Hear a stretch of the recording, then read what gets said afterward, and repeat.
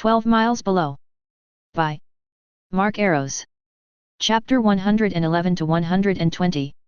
Book 3, Chapter 20, ET2, Brute. The days had been good to Tarath. Yesterday, she'd learned what a beach and wharf were like, along with some of the Undersider staple games. The real challenge had been to keep her abilities in line with a biological human, which had been difficult to adjust to. Either she overshot or undershot getting the right mix, where she wouldn't break the ball with her hands, but could still throw or toss it across the court. That took a little moment of calibration. The first time the ball had flattened out, Tamery quickly brought her out of the game and spent some time making sure another incident like that wouldn't happen again. That was not the only time Tamery had been forced to drag Tarath out of public to explain some, as she called it, common sense rules that she hadn't thought she'd needed to go over. Every day had been, the word eluded her. Relaxing? Soothing? Peaceful? Peaceful was a good name for it. She understood more about why humans fought so hard for peace in the past. It was worth fighting for, certainly. Odd how they kept ending up in wars all the time regardless. Speaking of odd items, Tennyson had been strangely supportive of her current actions. Rather, he seemed bemused even. All these experiences were new to him as well, to Watt had concluded. Many Undersider food staples he'd never even heard of. Games and culture. The only game with a ball he knew of was played in the empty airspeeder holds. There wasn't any real room anywhere else that wasn't being used. Here underground, there was plenty of room for activity, with exceptions to the floating rocks above, in which balls were tethered to ropes and a completely different game was played. As he called it, opulent displays of wealth. The Undersiders were wealthy in ways the surface clans could only dream of. Colors everywhere, due to a flourishing trade among the city-states. Food, fish, medicine, and technology abound. And with the surface clans unable to provide anything of value to trade for, other than mercenary work, there wasn't much that flowed to the surface beyond the gifts pilgrims brought. Their insular culture was also a hurdle by itself to cross, with clans well known to avoid the underground out of traditions and direct mandates from their religion on limiting contact down to only traders and knights. An oddity Tarath did not quite understand, but human cultures through history had a great many counterintuitive traditions. For her, it seemed like every day at the beaches that surrounded the massive central lake was similar to a day at the baths, except far more open and far less regulated. No worries for heat or its conservation. But idealized days couldn't continue forever. And while the Undersiders tried their best to ignore the pending doom outside the walls, they couldn't dispel that omen entirely. When the people returned from their time off, back in the quiet of their homes, they would speak among family on the news for the coming war. The machines hadn't allowed the Undersiders to reclaim any ground they lost. Yerob had taken charge and organized their army in her absence. He'd done well, having observed Tarath's own tactics and planning and done his best to follow through. His methods had been far more simple and straightforward, rather focusing on the fundamentals and doing those correctly. Not having to attack but rather defend made it far easier. He took the original plans, and stayed true to them. Periodically, when Tarath felt it safe enough, she would ping her army for a status, getting up-to-date information on the latest plans the general had attempted. The old military man had holed up in the city, along with his mercenary corps of veterans, though most of those had been spent in his failed gambit for the Might Forges. The word on the street had been dire. The last war had brought the machines to their doorstep, the next war could end far closer. It was with such thoughts, that the Chosen whispered across the city streets into the ears of those that were looking for any other way out. When the doors were locked and no guards could overhear treason. Eventually, the day came when the city was willing to listen to Tarath's offer. At least, the ones that unofficially ran the city. Tarath walked down the dimly lit city street, wearing a far more standard Undersider attire for the occasion. Tamery had hardly left her side these past few days and tonight had been no exception. "I am nervous," Tarath admitted as they stood before a door frame. She'd noticed jitters and irregular motion coming from her mind. "You'll be just fine," Tamery said to her side. "Just be you. Trust me, be honest with them and they'll see that. Humans have intuition. These guys are all high-placed for a reason, they're good at reading people." To the feather's left, a ghost floated, ever watching and only seen by one person. He had shown to have an oddly perceptive sight, almost as if he was aware of more than what Tarath fed him in terms of visual and audio data. It hadn't hampered her personal goals, and neither had he shown himself to be an active enemy thus far, so Tarath had allowed the question to slide and let the old surface warrior leeway. You won't fail, he said, voice gruff. Have you not noticed these past few days? The Undersider people are panicked on the inside. They will latch on to anything that offers hope at this point. There is no reason to be nervous. Can't you just turn off being nervous? Tamari asked, nearly cutting off the unseen ghost. I mean, you're a machine and all that. Is there an off button? Seems like it would be too handy to just ignore that sort of feature. No. Tarath said. Emotions come from my neuromorphic mind. To turn them off, I would need to turn off the whole, which is where part of my true consciousness lies. The soul fractal held the other part, rooted deeply inside the artificial soul. Even in their prime, the humans never really understood the fractals, and neither had the machines in truth. They discovered plenty over time, there's an infinite set after all. And among that infinite set, a much smaller infinite set of fractals could be understood, or even work correctly in this dimension. Reality rarely made sense when the scales were either blown up to a massive level, or minimized to their smallest atoms. Somewhere in those infinite permutations of possible soul fractals, was the one humanity stumbled upon that aligned just barely enough to be used. They'd never needed more, and so they'd never gone truly looking for better. The only other entity in the world that could have a better understanding of a casual energy were the mites. They always created things that should not physically be possible, even with the current set of known fractals. Well, that sucks. Tamari said. Can't blame a girl for asking. Would have been a little too good to be true. Clanking and rustling interrupted their talk, all kinds of locks being persuaded to open up on the other side of the door. Tamari took a breath. All right, showtime. Behind the door was someone's house, given all the clutter of objects that had been pushed to the walls in order to fit hastily a rough rectangle of mismatching tables. Allowing someone to stand in the middle of the room, or at least comfortably enough. Sitting all around, nearly crammed between each other, were various humans. Male and female, all leaning on the adult to elder range of ages. These must be the human sympathizers, the ones who held influence in the city. This is the machine. One in the center asked. He sounded unconvinced, but unwilling to voice more. Tall for a human, dressed in fine whites and gold, with a shining lapel pin. Engraved with the symbol of the golden goddess. He'd clearly done nothing to hide his origins. Tamari nudged Tarath with her elbow. The message was clear enough.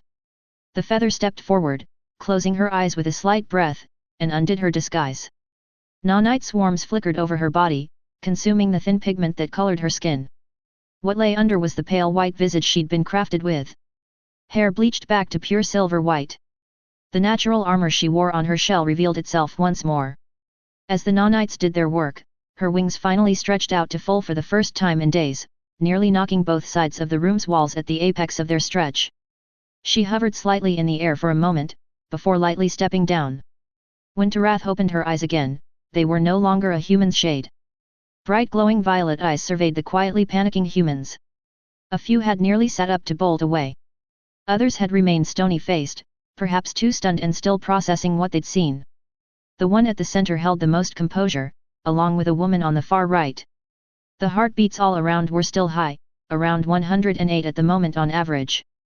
But they both kept calm otherwise. The feather took another step forward. I am Tarath. The one who remembers and transcends her history. A feather of the Pale Lady, an envoy of the one you humans refer to as the Violet Goddess.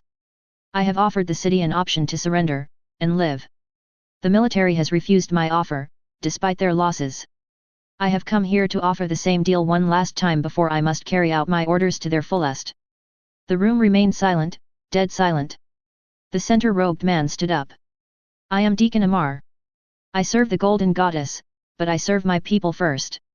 Among the gathered here, I was nominated to be the principal negotiator with you. I represent the true people of Capranor. We've all come here to ask a few questions and hope for a more peaceful resolution. Tarath nodded, and he took that as permission to continue. They didn't beat around any bush at least.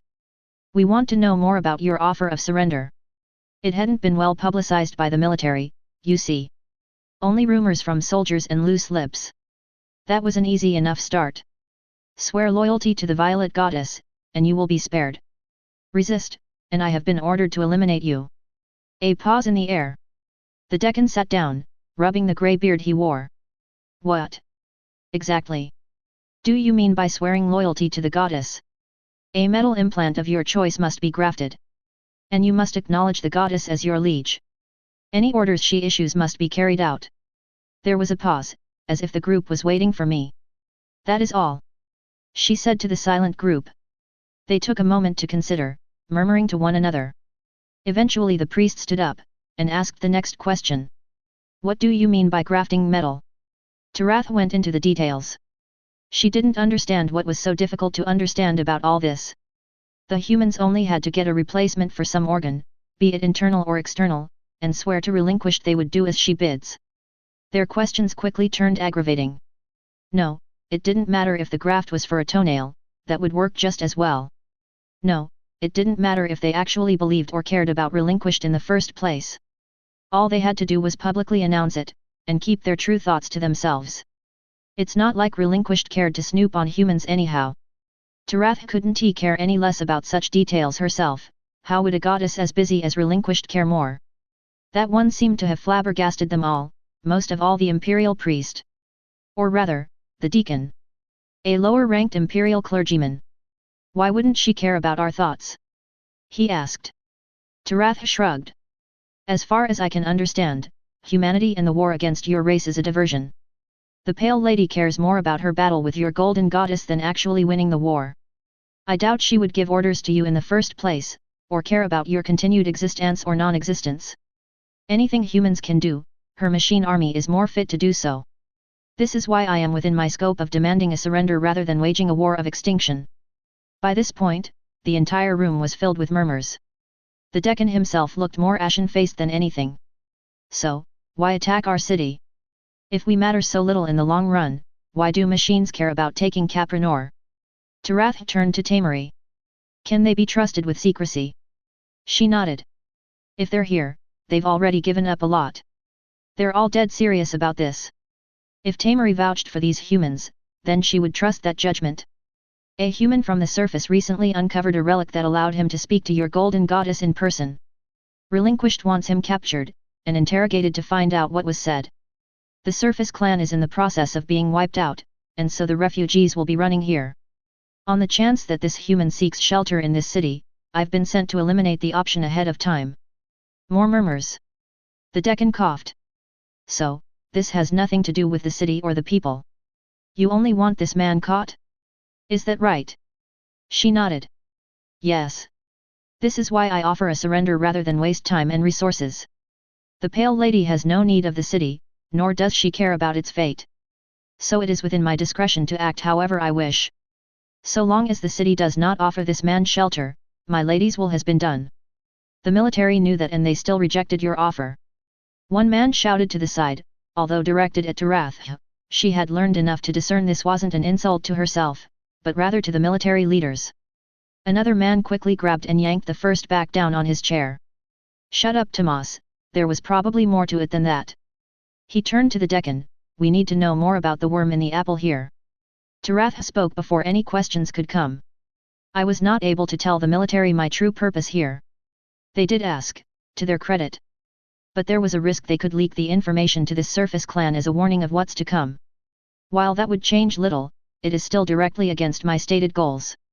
And more importantly, Kedra would certainly rush to the surface. Tarath had seen the memories. She knew the woman cared for her little brother more than a city full of strangers. Of course, she didn't tell any of that to these humans. That secret was hers, and it would die with her. How important was the relic the man received? The Deccan asked, now looking extremely nervous. She's dedicated to wiping out 2 entire cities to get this man. I want to know the depth of how far I need to go. Tarath paused and calculated. Likely important to some immediate goal. Nothing that would change the ultimate balance of the world. If a single relic carried by a single human was enough, the war would have long since been over by now. Your goddess prefers to work directly through the deathless instead. This human was an opportunity that came at the right time and place. And wiping out 2 cities is nothing but an eye blink to the lady's attention. Could we make an amendment to the surrender? The Deccan asked. Say make it clear that should this man be found coming for the city, we would apprehend him and deliver him to you. A woman to the side laughed. Amar, you snake, I always knew you were a sellout, but this takes all the crab cakes. The man's literally spoken with your goddess and you're still willing to turn him in. You're sitting in this room. The Deccan shot back. You've already chosen the same path I did. We have to commit to it, all the way. The goddess can take my soul to damnation, but I will do what I can to save the people here. Besides, were I in that man's shoes, the first thing I'd do is make sure other people know what was said in case I got hunted down and killed for it. I'm no chosen one.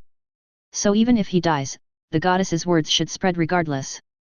Rationalize it however you want in your head, you just want to live to the next day, you little rat bastard. Everything else is just you trying to wrap up the truth in swaddling silk. The woman snarked, then gave a shrug.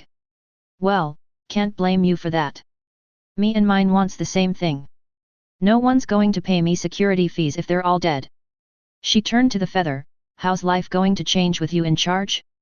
Do we have to pay you some kind of tribute each month? Protection fees? Part of our profits. I do not foresee any change of lifestyle. Tarath said. She couldn't see how day-to-day life would be incompatible with machine rule. The city was self-sustaining, it required no additional input. The only important piece to all this is that the human is apprehended. I do not see what kind of tribute humans could offer that would be worth anything to the lady. Machines want for nothing. So you'll just leave us alone to keep doing our own thing. I will likely remain in charge for a few months while the surface clan is eliminated.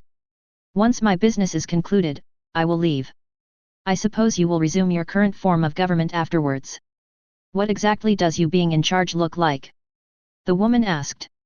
Deccan Amar did not look pleased, shooting what Tarath identified as a death glare to the interrupting lady. The question had merit. What would she do? The answer was almost immediately obvious to her. They had suggested tribute before, it seemed perfectly fitting. She was a conqueror after all. So she could demand whatever she wanted most. I will demand tribute in terms of food. I wish to sample everything. At minimum 4 meals to be provided each day, of different flavors until I have sampled every variation your city has on record. Dead silence. Tamari sighed and raised her voice to the side. She's not joking. Remember, she's a machine. So put aside all your preconceived notions about what you would do in her shoes. You're not her. She doesn't think like you do. She doesn't care about having the biggest gang under her belt, or the military, or even the people. She's far more simple-minded in her goals, because she had no need for anything else. Remember, you're not dealing with some petty warlord here who wants power. Bloody different from what I expected. That woman said, and spat on the desk, kicking her legs up and leaning back on the chair. Knives on the bootstraps, which seemed to pair well with the scars on her arms and face. Always thought machines were war-crazy calculators hounding for a pound of human flesh. Drakes were the only ones we've heard talk, and they're crazier than Imperial Crusaders on a mission. Drakes are a subset of the machine army, with specialized hunter roles. They act and react in ways that are unlike other units in order to facilitate their primary purpose. All units share only basic seminaries and diverge in personality depending on role. Tarath said. Runners didn't care to kill humans, but rather secure territory. Drakes were truly far more meticulous about extermination and had to be ordered directly to avoid being lethal to humans, an annoyance thus far to Tarath. She had come to feel a little distaste to their particular kind, though they'd been largely wiped out in the current war against the city walls and she didn't have to deal with their incessant requests to kill. More would be created, but later once the runner ranks were refilled. The rest of the machines had roles that didn't directly involve humans and were far easier to work with. You're all crazy all right, just a different kind for each. That woman shifted her gaze to Tarath's side, to the human girl. Tamari, right? You're that cultist leading all this. What's your take? What's life really gonna be like under her rule? 'Cause the way I see it, there's gotta be a catch somewhere and I'm not seeing it yet. Look, if I'm being dead honest with you all, if there is a catch, it's not going to come from Tarath. Tamari said. The other feathers might be a problem, they're not very, convinced about all this. I only met one other, and he was, well, he only came and spoke whenever he had orders for us, but if we didn't follow through, he'd kill us by snapping his fingers. He took a large part of my caravan to go to the surface at knife point. I'm thinking it's probably got to do with their plan to capture that man. The machines don't seem entirely monoculture. But, that won't be something for you all here, we'll be under Tarath's banner. Tarath frowned, not aware of any ability that could instantly kill a target at the snap of a finger. She reviewed footage from Tuekar's personal logs and found Tamari had been correct, although hadn't understood the underlying reason. Through the machine graft, Tuekar held a dead man's switch on any of the chosen using the Unity fractal embedded inside. A rather odd use of it, Tarath thought.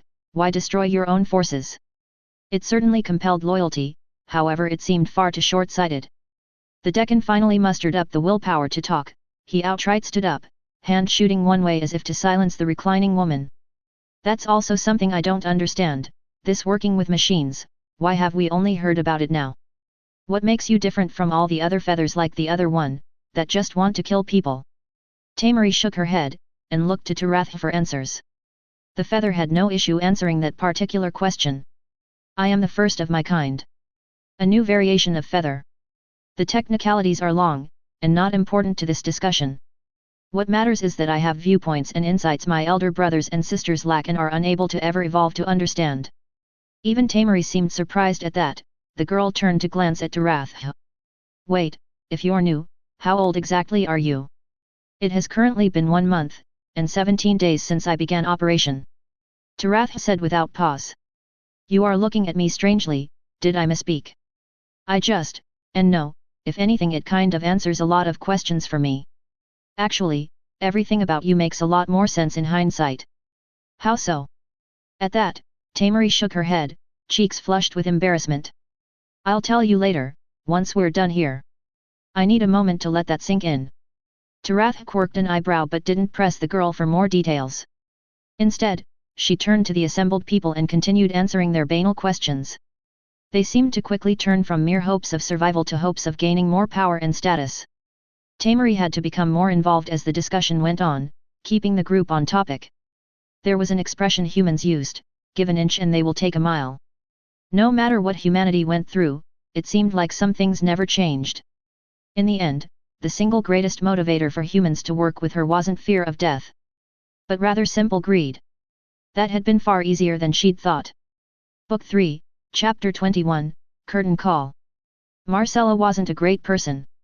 In fact, half the city openly despised her, while the other half grudgingly worked with her, and only secretly despised her. She was quite used to it after all, having moved in from a different city a few years ago. Or rather, been chased off from said city. She took one more long drag of her smoke, tossed it to the ground, and stamped on it. The lack of any relic armor boot pissed her off to no end, but reality had to be faced. Her thugs were far more skilled at using those, and they were in short supply these days. She'd spent too much time being a desk and working with paper instead of dagger. Tonight she'd be watching from the rooftop as a city fell. She stared at the objective, far across the city landscape, past the water. At the center of the massive lake, with only a single bridge that connected the pillar to land. If there was at least one thing to look forward to, it was a live view of the match between that surface savage sword saint and Tarath. She'd seen the recording of the first round, and it had been something out of a movie. None she knew could ever move that fast. Rather, she didn't know such constant speed was even possible. Deathless can't do that, and they were demigods. Only feathers fight at that speed. Which was why it took a team of Deathless to fight off a feather. And yet, here was a regular human who went toe-to-toe and lived. She hoped the Sword Saint would survive all this scrap shit. That woman could easily sneak past the machine cordon. Deserved to live really. But the good always die early, while the wicked like herself tended to live. Blame the world for being unfair, she always said. The game had to be played with the real rules, not the pretend rules everyone made up. An hour remained before the pillar heart would power down. The city had gone from innocent festivities to dire dread. For an entire week, that fancy general had been utterly unable to shove the machine threat off their throats from the city gate. Worse, the machines brought behemoth after behemoth and had slowly ripped more and more holes into the gatehouse over the days, despite the tireless work of that sword saint and the group of rangers that flew with her. As good as the general was rumored to be, even he couldn't hold his own against the unified might of a machine army out for blood. A human army would have been different. Machines were simply unending. Both a goddess-damned sword saint and veteran general in the same city, and they had only managed to beat back the machine offensive for one measly round. What hope did they have if even this hadn't been enough? What was left of the original defensive structure was less than worthless, and the only reason it hadn't been overrun was due to the pillar heart blocking any machine from stepping foot into the city. Not munitions, or lasers, or explosives, those ate up the fortress without issue. That constant erosion had been what convinced Marcella to switch sides.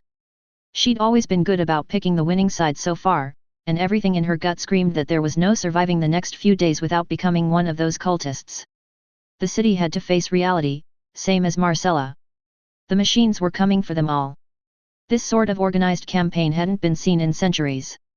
Cities that fell were cities that had slowly fallen to disrepair, being whittled down by lack of resources and having an unlucky defense against a typical machine wave.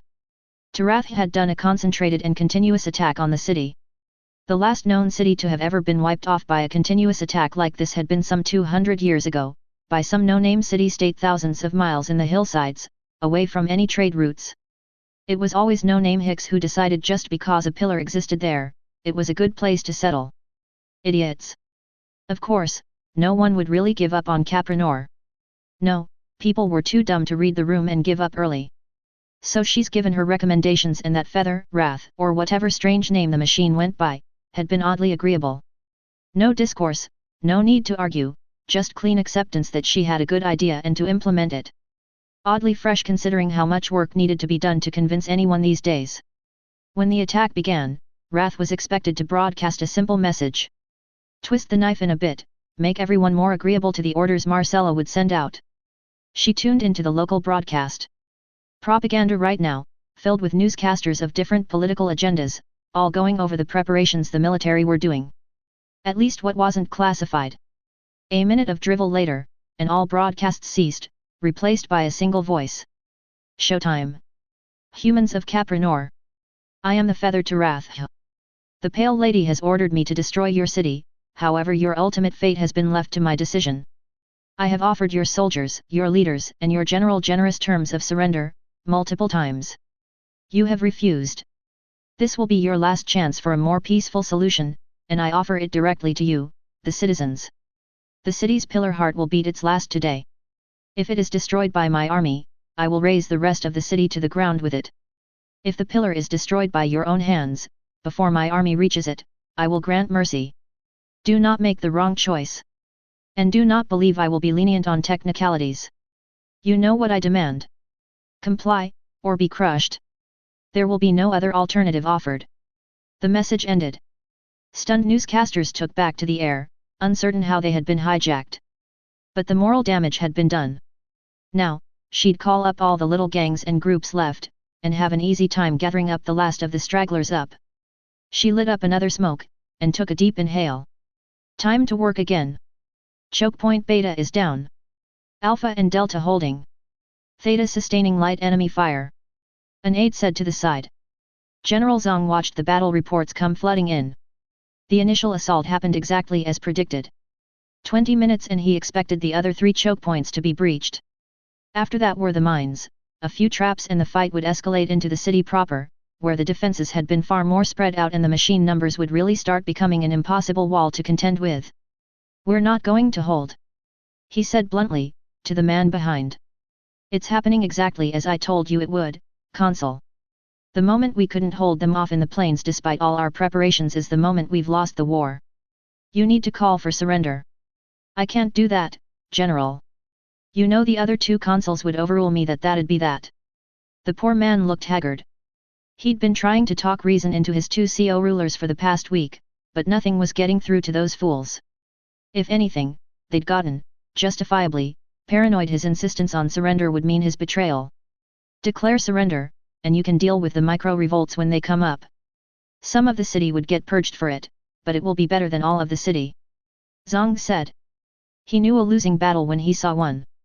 Could smell it from a mile away. This had defeat written in bold. Worse, he'd been forced to station half the city knights around the pillar heart because of that damned Feather's poisonous message. Not his own personal knights or men, of course. By that point, the other 2 consuls had grown suspicious of him as well, and done their best to purge any loyal men out of the pillar defense force. Not that he could blame the city much, he'd have done the same in their boots. Probably done it with far more brutality as well, if he were to be honest. Some foes needed to be put down fast, before they even noticed a bloody nose. A mistake on their part to leave him in charge of things.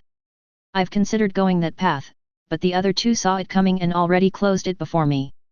The consul said, saying nothing new to Zong. They've got those Imperials all greased up and in their palms. Even if I could command the city guard to turn on the pillar, they've placed their own loyal men up there.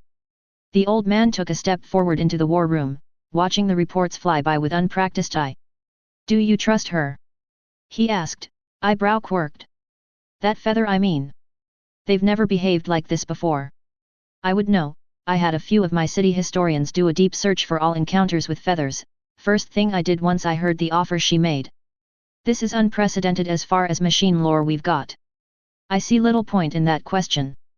Zong said. He didn't bother to look at the man, keeping his eyes peeled on the screen. Choke point alpha's gone dark. Another 8 announced. Minefield showing activity. Estimate 7 minutes until depletion at current rate. Zong raised a hand. Prime the explosives by city point. They'd cleared out an entire neighborhood right by the gatehouse entrance. Setting it all off would blunt the spear of the attack and provide rubble to work with as shelter, but that was a double-edged sword. These machines were far too smart. Like an army of veteran machines, far less feral and more sneaky. They would absolutely be using the cover to their advantage. Those explosives should be used near the last hour, and yet they were already being primed this early. Why is there no point in trusting her? The consul asked, still stuck in the past. A vapid question, but the man's strength was politicking. Not warfare. The general could answer with his eyes closed for that one. Your situation is too dire for such things like trust. Either the machine lied and you're all dead already, or she didn't and you might live. Belief in her is optional. Nothing you do will change the outcome. Dead. Not dead. It's already been etched into the metal. You speak like you're not in the same boat as all of us. The man chuckled. You're trapped here like the rest of us, General. Even smugglers aren't able to escape the machine cordon. You would know, thought Zong. He was certain this particular blood tick likely had plenty of back channels to the smuggling ring. Likely he'd tried to find his own way out of the city. Not that Zong could blame the man. He'd already tried to get himself and his men out of this death trap, but the jaws had already gripped his ankle and refused to let him escape. He could escape by himself with a small group of elites. Yet that would have required abandoning the rest of his men and he wouldn't do that. Not after so many years. So he'd taken his own preparations. I suppose you're right. The general said, fingers folded together, watching the battle unfold. Sir! An officer shouted out, activity by the pillar. Visual confirmation on 53 rogue knights approaching, along with a mob of non-armored combatants. 53 was slightly above the estimated average, but within margin. The real question was the queen piece. The game was already rigged against him, but the position of the queen piece here would spell out everything that followed. The feather? He asked. Visual confirmation, back line. She's just standing there right now, likely waiting for the sword saint to appear. Zong nodded. He'd had some spark of hope perhaps, that the city might survive this round. But this would be the bell ringing the end of the match. Well. There it is then. What is? The consul asked. The way the game goes. Zong said. This meant she had indeed been kept offline or in some sort of stasis inside the city, while waiting for the pillar to be shut off and survived the original wave. All his preparations had made assumptions to hold the feather back and stop her from crossing the gatehouse. Her being already inside and leading the rebellion was the death knell. The situation that he had no hope of outmatching without spreading himself too thin. He'd made his wager, and he'd lost. Not that he had a choice.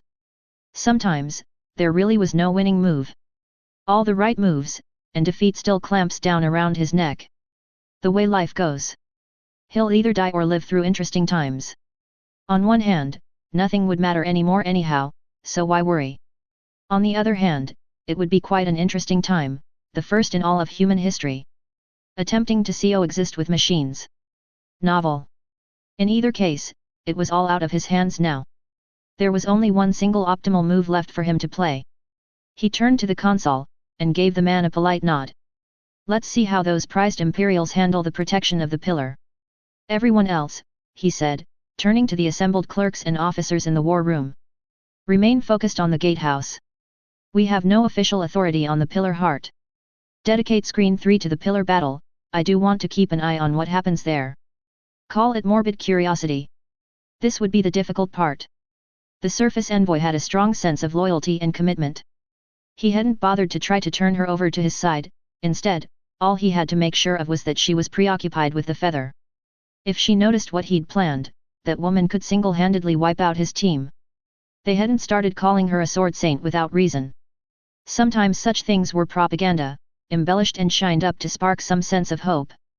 But occasionally, the reality really did match up and no such polishing is needed.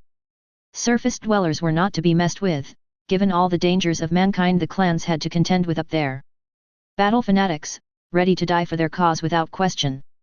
All of them elites with extremely convoluted combat styles that required an entire culture to support and produce, with decades of training and propaganda from infancy.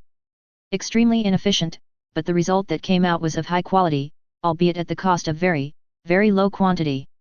But even with their reputation, the Sword Saint was something else. The other choke points turned dark on the screens, and more reports were called out as his forces continued their fighting retreat through the gatehouse ruins and into the city proper. Zhang didn't care for that, the theater of war had shifted to the pillar. Nothing else mattered now. He just played his part for plausible deniability. The feather and surface dwellers fought. Or rather, the Sword Saint and the feather dueled, and everyone else kept a fair distance from the two. It was beautiful to watch, he would admit that without hesitation. Zhang would have given a quarter of his army to have Lady Winterscar as a retainer on his roster, and he'd consider that a bargain trade. A shame she was wasted on the likes of this city. The battle raged on before the pillar, Imperial Crusaders and squires holding off the rebel wave of thugs and dissidents. Clear military discipline against a mob. It was a shame really, by all rights they should have wiped the rebellion outright in due time. And then the city would have been wiped a few hours later. By the time that fighting bloc would be free again with that feather downed, all tactical advantage would have been lost. It would have been a completely different story had the mob been just a mob. He put his hands down a pocket by his vest, resting his index on a tiny transmitter. He operated the small device, tapping out the signal.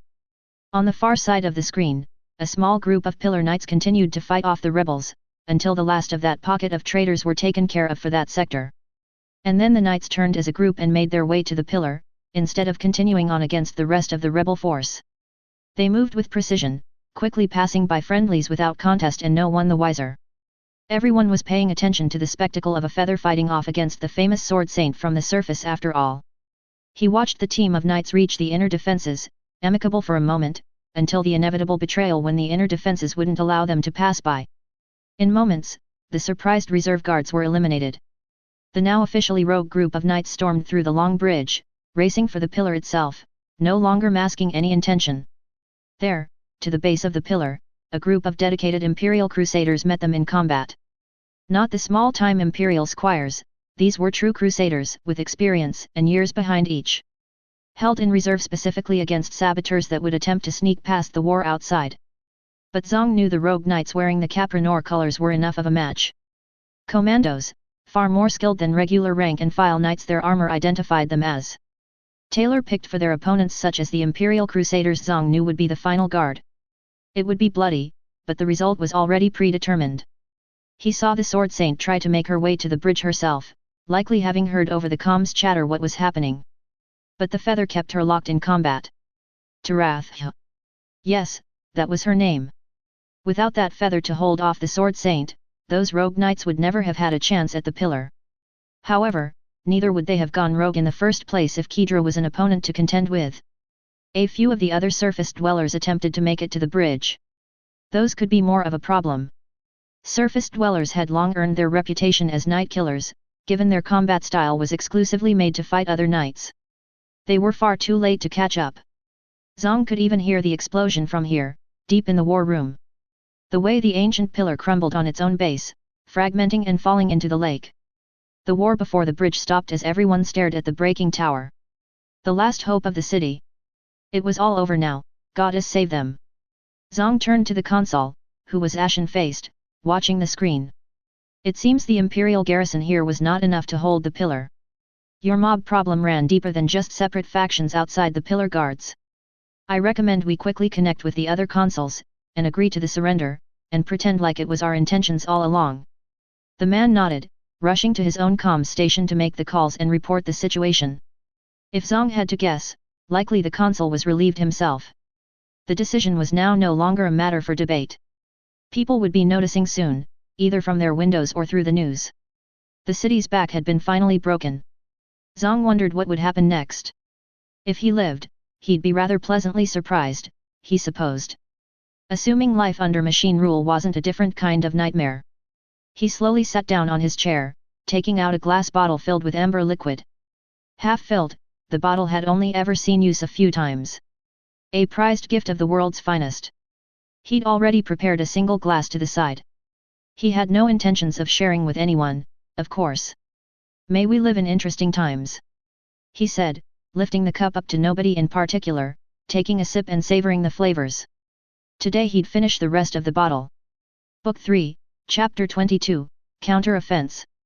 Kedra was in trouble. Don't ask me how I know, because that'll require some effort to come up with an idea on the spot. Call it a hunch. Intuition. Clairvoyance. Extreme separation anxiety about the only person who's ever been a constant pillar of support in my life going missing. Or perhaps even a gut feeling, one might say. Mystique. But however it came about, I knew my sister was in trouble. Any word? I asked over the comm. Anyone with a good head on their shoulders would be asking about the chosen knights still lurking around somewhere. Fortunately, I lacked a good head on my shoulders, so my question was pretty fucking biased. Still a no, Teed said on the other side. Just asked them myself. The ATC says the airspeeder crew arrived, saw no signs of the base camp being used. They camped for a full day with no word. They'll be going off next week to try again. The closest underground entrance to the city was a day off, far beyond clan communications.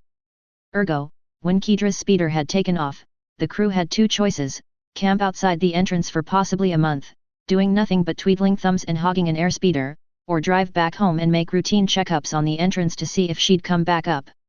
The latter was standard operation, leaving dive teams to bring food and rations to leave behind on the surface so that when they came back up, they could hang tight for a few days until the next scheduled pickup arrived. And if they don't find them waiting? That there's no sign of Kedra or her knights hanging around for their pickup. What if 2 weeks passes and she's still not there? What then, Teed? The comm stayed silent for a moment. Then I'll ask you to help, he said, and for once his voice had no warmth to it. More a whisper. I can drive you over, steal an airspeeder out the hangar. They'll lock me up for that, but it'll be worth it. If you bring knights, I can get you there. I can't go underground, but you can. You need that much time to get to that point? What if in that window of time she dies? I snarled back at him before forcing myself to calm down. Me and my god's damned anger issues. Sorry. I shouldn't be snapping at you. I'm just going through some things. Family drama. Ain't that the truth? He said, but I don't think he had the heart to banter back. Teed wasn't like me to start cracking jokes to help cope. A pause settled between us, before he spoke again. Should we? I didn't need to ask him what he meant by that. It's already in our heads now. Going to eat at us from the inside out. And we know that we could pull it off. The sooner we do it, the better chances of helping. If I end up setting off 3 weeks from now, and find out she'd died a week ago, I probably won't ever recover from that. So. Should we? Teed asked again. If I stepped foot outside the clan habitat, it wasn't just the chosen knights that'd be hounding after me. There was a god's damned feather with an unhealthy obsession with me that I had to deal with. The Nightbreaker did a great job, and now that Tuekar knew I had that up my sleeve, he was not going to handle me with just one hand. Pun intended, of course. Even as a one-handed cripple, that smug scrap of metal was more than capable of beating both Kathida and I at our best. His spear also invalidated most of the techniques I'd learned recently to fight off other sword or dagger users. Tuekar could not be taken lightly. And I'd have to figure out how to navigate underground to even get to the city, all while the chosen knights and that scrap had chase behind. Could I make it underground, with that much heat chasing behind me? If I could convince Sagrius to break ranks and follow me on this with his knights, I might just have a chance. They had great loyalty to Kedra, I just didn't know if it would be enough to overcome their ingrained loyalty to the clan itself. Logistics was also an issue. Enough rations for the trip there, the descent, the return, and the camping required while we waited for the next pickup, assuming it all went well. All in all, every bit of common sense would be screaming at me to drop the idea. And of course, that goes out the window the moment I glance back at that dark hole in my heart where the only family I had left was missing. I think we already decided, Teed. All that's left is post-rationalizing it. So come up with some good reasons to justify us going rogue like this. Come on kid, you're a Winterscar. That's reason enough, right? Stealing an airspeeder and going rogue isn't the worst thing your house has pulled off. There's precedence, so it's all by the book in a way. I laughed. I do like making them roll over in their graves. This would be a nice return to tradition. All right, let's do it. Let's steal an airspeeder. We got caught immediately. And no, I didn't fuck it up. I swear to all the gods above and below, it was already done and over before the game even started. By immediately caught, I mean the moment I crossed back into my house, Chen Obis from the clan lord were already waiting for me, arms crossed against their black dress. Demon masks, straw hats and all, they hadn't spared any of the look today. Technically, I hadn't been caught per se, only the clan lord had sent for an immediate summon for me. Could have been anything. And I would have bet anything it had to do with a certain treasonous chat I just had with a Reacher pilot who shall remain nameless. 2 Winterscar knights accompanied me, mostly because they were already in the courtyard to keep an eye on the Chen Obis that had come knocking on the doors. The rest of the knights were with my captain, down deeper into the Winterscar sanctum training. The Chen Obis were not pleased that the 2 Winterscar tag-alongs refused to let me leave without them accompanying me, and they were wearing armor while the Chen Obis were not. Supposedly, the clan lord's secret army was considered elites in every field, but nobody argues with whoever's holding a bigger stick. In this case it was the Winterscars that came out on top. So I was whisked away to see Lord Drass once again with my 2 knights in tow. The door slammed behind me, and left me alone with Drass. Or as alone as one could be with 4 clan knights hovering protectively by the frail lord hunched over her desk. My own 2 guards remained silent at my side, just a foot behind. Winterscar, she said, not bothering to look up from her scribbling. I was wondering when the Chen Obis would drag you up here. You summoned me, clan lord? I asked. For all intents and purposes, no. Your arrival is just as much a surprise to me as it is to you. I instructed the Chen Obis to have you brought up here the moment you started getting ideas. Spying on me, clan lord? She scoffed, scribbling on the administration paper her signature before tossing it to the stack next to her. Another paper took her attention. I have to keep the Chen Obis busy with something. They get lonely if I don't make use of their skills. Of course I'm keeping myself informed with your actions, most of my headaches have your last name attached to them these days. It is a pretty popular time to be a Winterscar, but I swear on the gods we've been pretty law-abiding clan members so far. A tut this time. He lies as easily as he breathes. She muttered, shaking her head. You wouldn't happen to be looking for your sister, yes? And perhaps started to consider more illicit means of recovering her. Oh. I did say we had been behaving, so far. And if we have been considering being a little extra, it's all just a bit of mischievous fun, we're not a threat to anything. You have a small army of knights at your command, who are clearly willing to overstep boundaries to follow you. She said, giving a pointed look at the 2 behind me. If they felt ashamed or anything, they didn't show it, remaining perfectly stoic behind me. You are not planning on breaking into the chicken coops to steal a few eggs with that kind of firepower in tow. Well, I'd already been caught, no point playing coy. All right. I may have been debating some light petty theft. But other than attempting to steal an airspeeder, the rest I'm perfectly within my rights to do. The clan has always allowed people to come and go. Don't bother with the semantics, Winterscar, we're both well above that level by now. You own a relic armor. If the clan allowed their relics to simply walk off into the white wastes, we wouldn't have much of a clan at all. Now, go on, explain yourself. All right, showtime. I squared up my courage, stood a bit straighter and went with the honest approach. My sister hasn't returned. I need to find her. Haven't I done enough for the clan for this much goodwill at the very least? She paused her scribbling and looked up. And what makes you think I was planning on barring your exit in the first place? Oh, that caught me by surprise. Well, given I was rushed to see you directly right after I got caught talking about stealing an entire airspeeder, I'd bet a heater that I was going to get drawn out and quartered for it. Drass chuckled, in that elderly manner. I don't believe even URS himself could find a way to keep you here if you plan to escape. There's no point trying to keep you locked here. She stood up, and turned to one of her knights, hand outstretched. The knight in turn gave a short bow, and drew out a small black pluck which she neatly grabbed. We already know the chosen knights are after you. And while the Chen Obs are excellent at sniffing out internal affairs, they are not equipped to sneak around unheated sections with the same amount of stealth, against opponents with armor. She hobbled down the steps and up to me. The latest report suggests that our most unwelcome guests are indeed hiding deeper into the superstructure, in places we can't reach without disadvantage. So instead, we'll use bait to draw them out. One wrinkly hand extended the black puck to me. This is a powerful stealth transmitter. Hard to scramble, with a 1-mile range. I've had it specially requisitioned for this mission and handcrafted by some of the best reachers the clan has. You will keep this on your person at all times during your little escapade. For operation security, I won't divulge anything more, though you can likely guess what the plan is, if not the personnel involved. Ah! My favorite tactic! I said, accepting my lot in all this and putting the puck into my armor's utility belt. I'm pretty experienced at this, you know. I'll do the clan proud and be devilishly irresistible. She smiled. I am certain you will do exactly that. That said, the one who's after me right now is a feather. I hope whatever team you're sending to keep an eye on me from the shadows is enough. I think he's mad. There was an odd twinkle in her eye at that, as if I'd said something funny. The feather will be the clan's responsibility to handle. You will not be needed in this regard.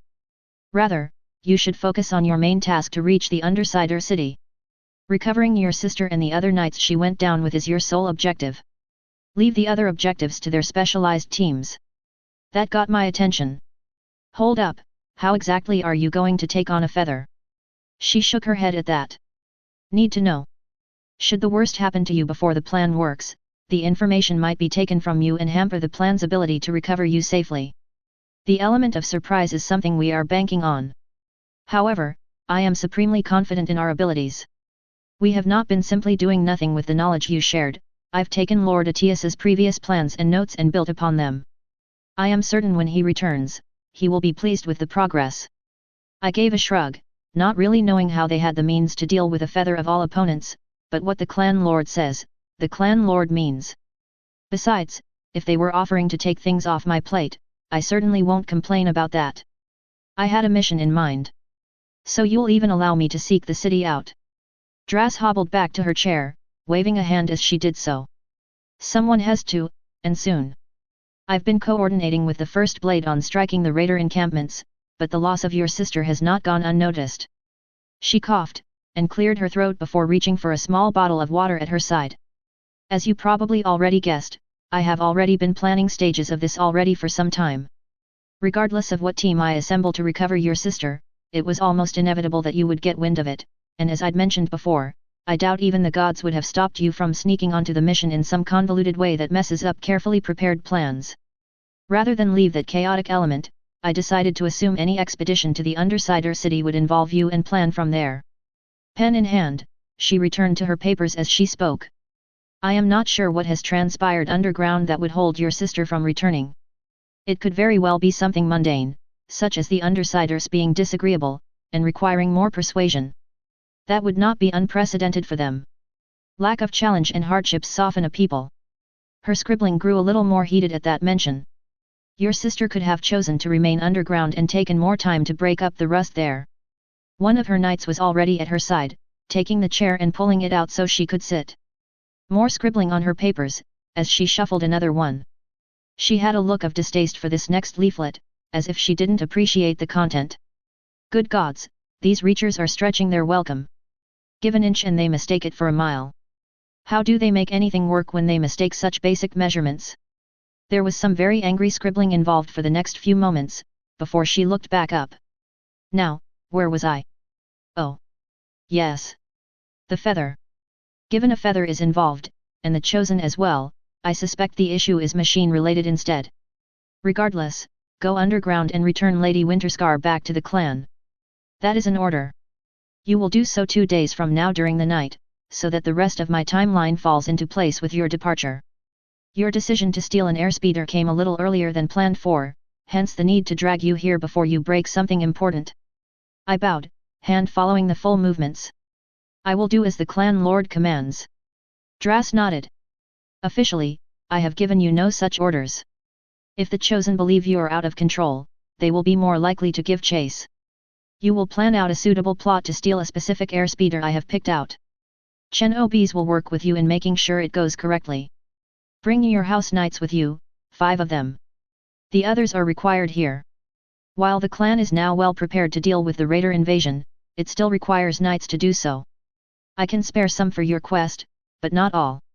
Leaving me all alone with only 5 knights, I said. Those 5 knights are worth a small army on their own, of that there is little to doubt. You will have to lead your team yourself to the Undersider city, it will make for good experience. Iron Reach will supply you with training and instructions on traversing the underground. Study well in the days you have left.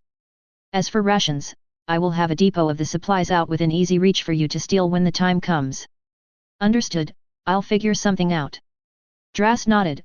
I was expecting some more arguments from you, but I am glad to see you understand the clan itself has needs that superseded all of us. 5 knights is all I can spare for you, and should be adequate. How far off are the raiders from attacking us? Maybe I can return in time for the attack. Dras organized some more papers, knocking them back into a neat square, before taking out the next requisition paper and glancing over it, somehow having her attention both on the work and the conversation with me.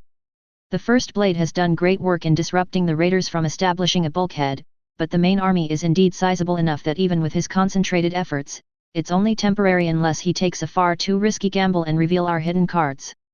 I estimate 1 more month, at the least, before the raiders are in position to begin a full attack. If you can move fast, do so. Do not endanger yourself just to return slightly earlier, however. 5 knights and yourself missing in action when the attack happens is not as much of a death blow as it used to be prior to the recent windfalls. The clan will survive. Still, 10 additional relic knights returning in time would certainly be welcome. She waved a hand off, dismissing me and my retinue. We're done here if you have no further questions. I shook my head, already considering what I'd do next now that I had the unofficial permission from the clan lord to go help. 2 days was a bit of time, but given she'd tossed me a bone here, I'd play ball. Very well. The Chen Obs will be in contact with you soon on the agenda. Gods watch over you, Winterscar. And do try to live up to your house's standards of becoming a nuisance. If anything, it would be nostalgic to see a scandal with the Winterscar name in the morning reports again instead of internal reports on my desk.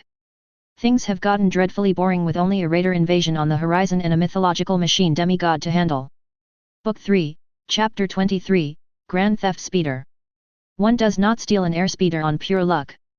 It takes great skill and preparation, as well as a healthy respect for the great beasts and a healthy disrespect for the rules and laws surrounding said beasts. So then, how does one go about stealing an airspeeder? First, the lay of the land is required. Airspeeders are large bulky creatures that have a mutually beneficial relationship with their scrawny flock of reachers, who tend to their needs and give them belly scratches every now and then. While it's easy to sneak up on an unsuspecting airspeeder, the behemoths being large, fat, and usually asleep, the more agile reachers scurrying about startle easy and will raise the alarm.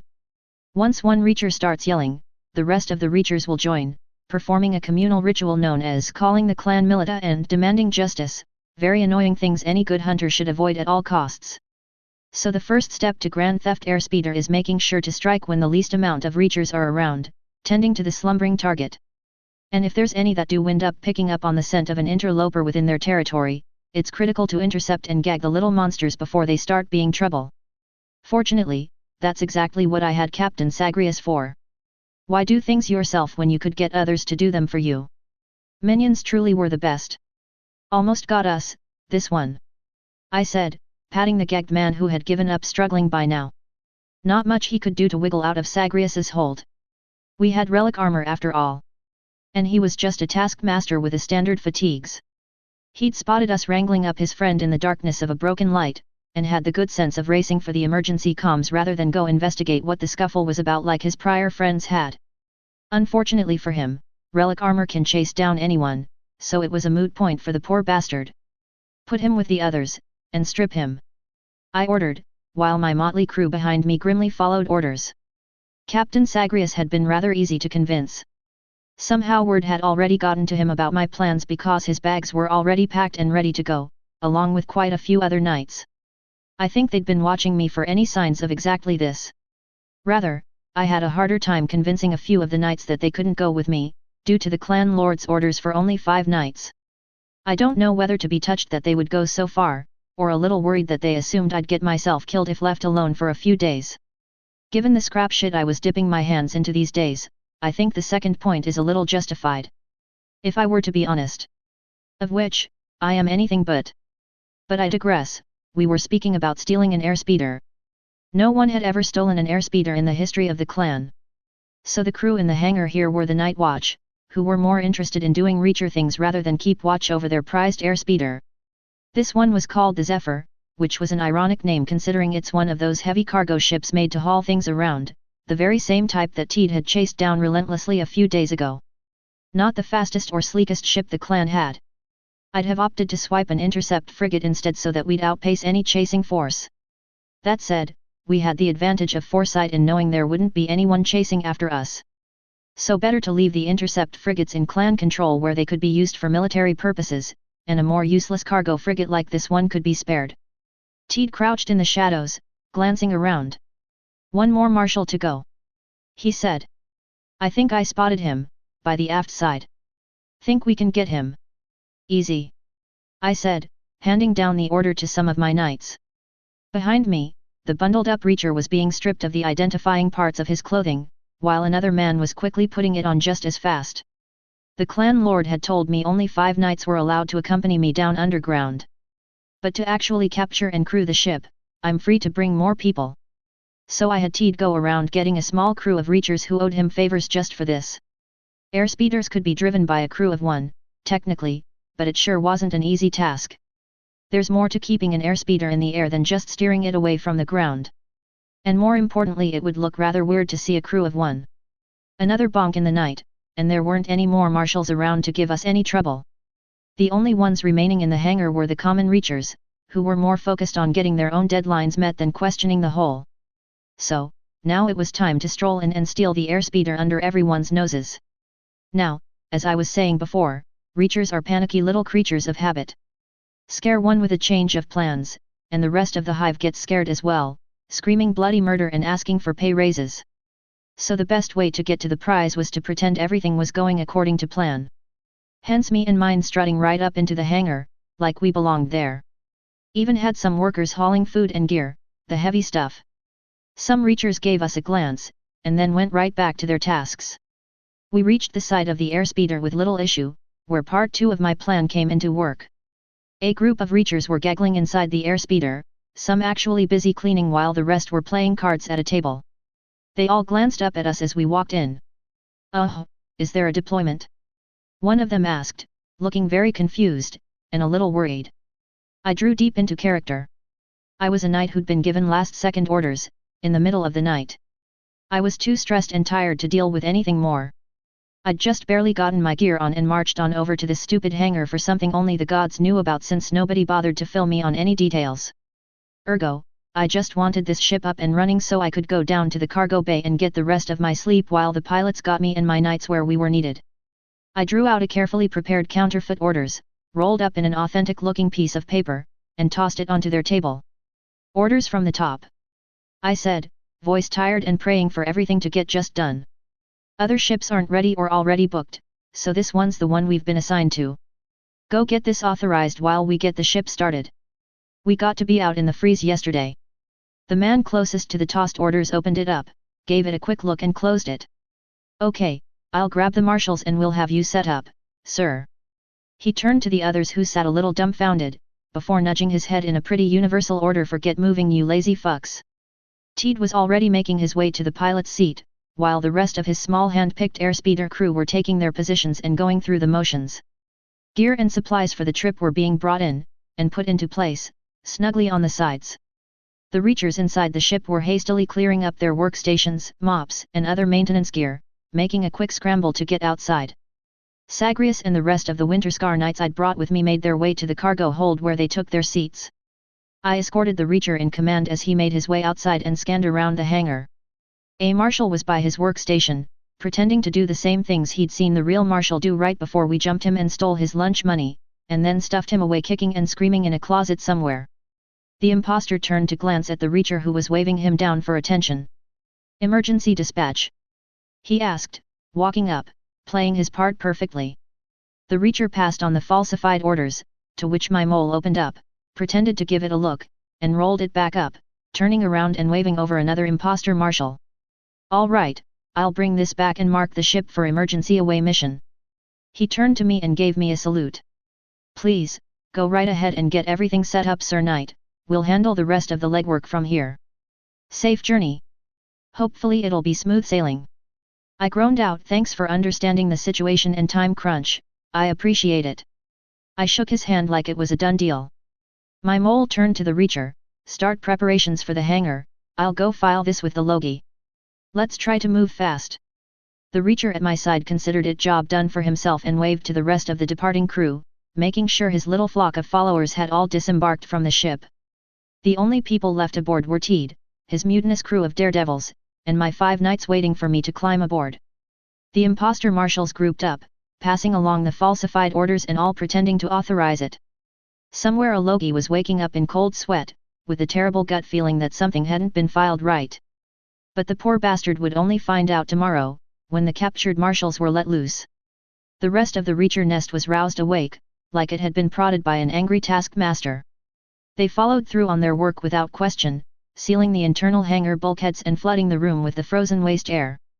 And most importantly, no questions asked since everyone thought everyone else had already authorized the launch. 5 minutes later, the massive doors rumbled open, and that's how you steal an airspeeder in style. Teed punched in the commands, setting the ship into autopilot. The white wastes now truly surrounded us. "Going to be a while before we reach the entry point," Kedra's team used. "Make yourself comfortable, kid. I brought my favorite blanket, no worries," I said, settling into the co-pilot seat. There was something oddly tranquil about watching the white wastes illuminated by a full moon. A vast empty plain of silver stretching out on all sides, reflecting light from the ice. The light played tricks on the speeding ground underneath, making my eyes spot the dark contrast instead of the brightly lit reflections. Like weaving trails on the ground, bits of crushed ice and snow being blown backwards as we soared over. The trip would take a full day and night with our current pace. In the cargo hold, the knights continued to train with fractals, trying out some of the ones sourced from Talon's books, or found in Atias's notes. The ones left over from Talon were building blocks, utility that offered interesting and novel uses, not specific for combat. The ones left over from our clan lord were clearly made to be used in a fight, but they always required a soul to connect to it. In order to fully use those spells, the knights would need to multitask, being able to spread their soul out in a way none of them had ever practiced before. I had a cheat, in that I could go all in on commanding the occult while Cathida controlled my body. The rest of the knights needed to do it the old-fashioned way. Captain Sagrius walked in, just as I was about to doze off. He reached the side of the cabin, and "Saturday, my lord, a word if you will," he asked. I have him a sleepy nod. "Sure, what can I do for you, Captain? The men and I are ready and willing to follow wherever you go. But we are still inexperienced underground. The only time we've been there had been with Shadow Song, fighting off that machine ambush. We're worried that the time we had with Iron Reach on what to expect won't be enough. I've been underground only once, so I'm not exactly a veteran. But Iron Reach was, and he's spent the last bits of free time he had teaching the team and I everything we'd need to know to reach the city. Not everything about the underground, that would have taken him weeks to unpack, but everything that we'll likely run into between here and there. Don't worry, Captain, I don't think getting to the city and general survival is going to be the hard part for us. We've got more than just books and tips, keep in mind armor itself can hold our hands through this." "The armors?" I patted the side of my head. "We've got a full manual on how to survive down there, where to find food, and best places to sleep in safety. The armors will have that information loaded in memory and guide us step by step, highlight where to go and what to eat. Even without the manuals loaded in, we have Cathida who's got a lifetime of experience traversing the underground. Getting to one city is going to be the easy part. With Father, I'd been down there for a half day and our entire mission was to escape. This time, the trip would take 3 days, which meant we'd have to camp, sleep, and source our own food down there. There'd be downtime, and Iron Reach stressed quite a lot that finding the right place to set up a camp was among the most important things I needed to know. Even if I needed to stay up another 2 hours or backtrack, Just to find a suitable location, or stop early if I'd stumbled on one, it was important enough. The number one cause of death was ambush by machines. Given that we had a feather likely behind us, that ambush might be more than just deadly. I'd like to have said that our trip there was full of adventure, but I'd be lying. It was a tranquil ride, with nothing in every direction for a few hundred miles. The most interesting thing we passed was a bit of ruins that had just started to peek from the underground, pushed up by the mites, likely within the last few days since that location hadn't been logged previously on our charts. And still, it was a good detour away if we had been in the business of going exploring. The destination was likewise just as nondescript. A simple crevice, a mile long, that was wide enough that snow couldn't pile up and cover it all. Crevices like these were a bit everywhere, but if they were small enough, they'd be covered up by snow and become undetectable without special scanning tools. This particular crevice was well serviceable, as it was angled in a way that wind would clear off the snow rather than blow it in. By the base, sheltered from the wind and a few feet already underground, were 5 square habitat tents, unpowered and unused. A few crates of foodstuff along with spare environmental suits, soap, sponges, and other survival tools were left in perfect condition. Normally, if things had gone according to plan, this little campsite would have been inhabited. Kedra and her knights would have been camping here for a few days, waiting for a pickup. They could have even been outside, sparring with one another, or having a smaller team go a little ways underground to collect frostbloom or even fish if there were any rivers or lakes nearby underground.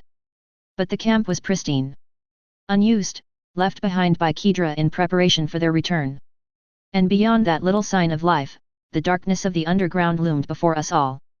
The ice crackled and crunched under our boots as we arrived into the small nook of shelter, taking stock of the site and the current state.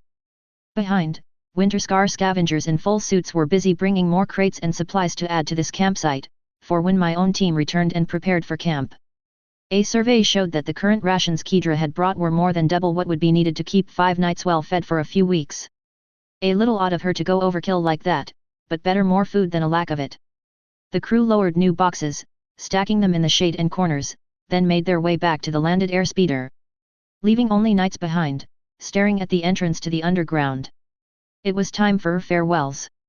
For now. He'll be returning to the clan, where he's already prepared to face judgment.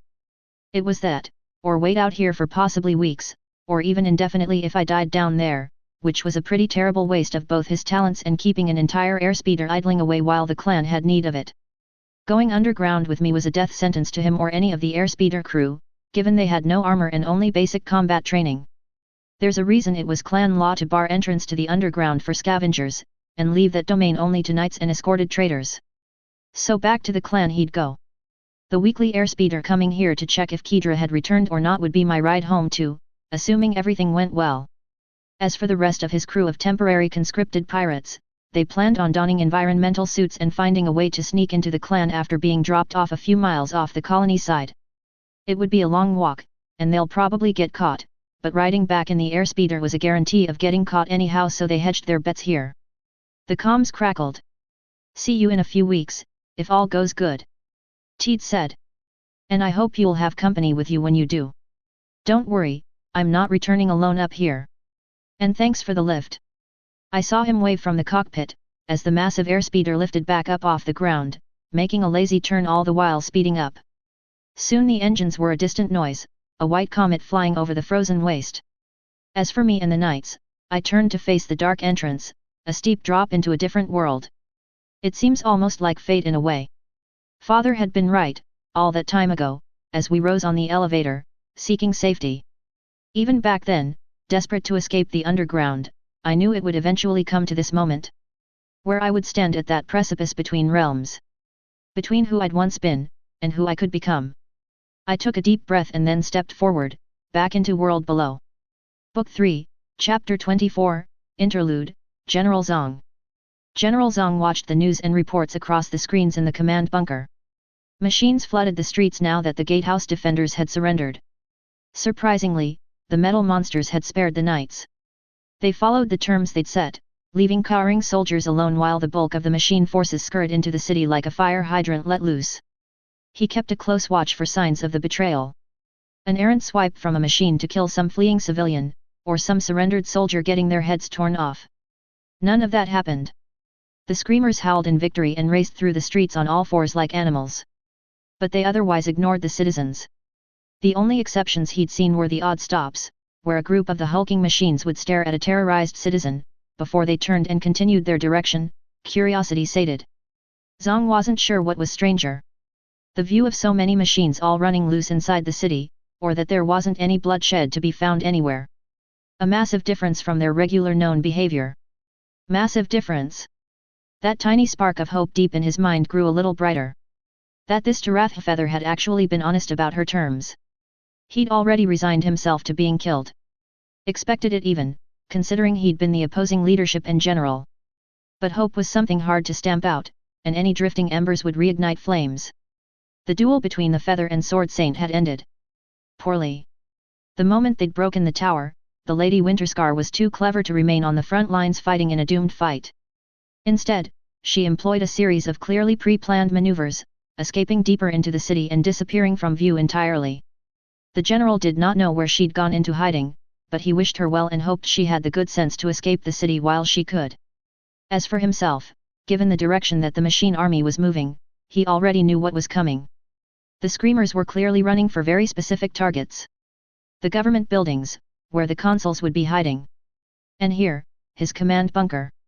Soon enough, they reached the perimeter, where only one screamer proceeded, walking to the opening and speaking something to the guards standing by. Screens here only captured visual data, not audio. His comms crackled. That was his second in command, informing him that the machine had requested entrance. Politely. Let it in. He said, taking another sip of his cup before turning to the rest of the surrounding staff. I don't want to see any heroics from any of you. We've lost. If you can, try to find a way outside and hide among the citizens. I'll obfuscate the records, and burn up any personnel paperwork to make it seamless for you all. No telling what will happen to me or the people who lead the defense. But the citizens seem to be left alone so far, so that's your best bet, folks. The command group stared at him. And didn't move. He gave them another 20 seconds before it was clear he was dealing with the stubborn type. Fine, you fools. Stay here and die with me then. Do as you please. He scoffed, though felt oddly at peace with this. It wasn't long until that envoy entered his sanctum, with its horrifying half-skull ducking under the doorway in order to fit into the tight corridors. He'd seen these up close a few times, back when he was a regular in the line. This one looked no different, besides the strange new behavior. Looking around with what he'd almost attribute to curiosity. It stalked in closer, those claws and frame more than strong enough to tear him limb from limb, and his officer's dress would do nothing to help. One massive claw-like hand, reaching out right past his right side to lie on the desk and give the hunched thing support. The white skull-like head lowered until violet eyes met human ones. Our Lady. She calls for you. You will come. She will speak. You will listen. Zhang swirled the last of his cup and downed it with a satisfied sigh. The glass clinked as he set it down while he stood, brushing off dust and preparing himself for anything. Execution, or dinner. It was a coin toss at this point. By all means, lead the way. That machine nodded slowly, lifted that hand off the desk, and turned back. Good. Follow. He learned a few things on the way. The machine had a name, Yerob. The Feather in charge of everything seemed close to this one, given that Tarath had ordered him directly. Outside the bunker, the streets had grown empty. The moment the pillar fell, the city's backbone was broken. The fighting had died down a moment later as the general surrender came blaring out. People huddled in their homes, windows shut, except for tiny cracks where they all huddled and watched. Machines stalked the roads now, lumbering around with a steady gait. And through all this, General Zhang walked down the streets, escorted by machines. They arrived at the center of an open forum, pillars constructed all around in a semicircle, where the Feather stood waiting at the center. Zhang had seen her only once before in person, inside the white tent, while pretending to be an average administration drone. Back then, he'd had the Sword Saint at his side, ready to defend him if the worst were to happen. She'd been the only human he could trust to match the Feather in martial might. The other escorts with him had been all for show. She looked outright terrifying now that there was no barrier between him and death should the Feather grow bored of him.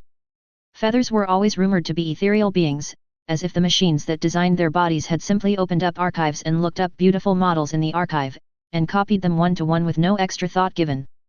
They were all the pinnacle of human beauty from across the ages, ironic given that they were the most dangerous of all machines in a fight. The only disconcerting part of their features were the pale impossibly bleach-white artificial skin, white hair, and violet glowing eyes, which reminded everyone that these weren't human, no matter how perfect their forms looked. Tarath didn't look like she'd just come out of a duel with the Sword Saint. Her hair had been trussed up in an undersider fashion that the youth sported these days, though the rest of her attire was distinctly what Feathers wore.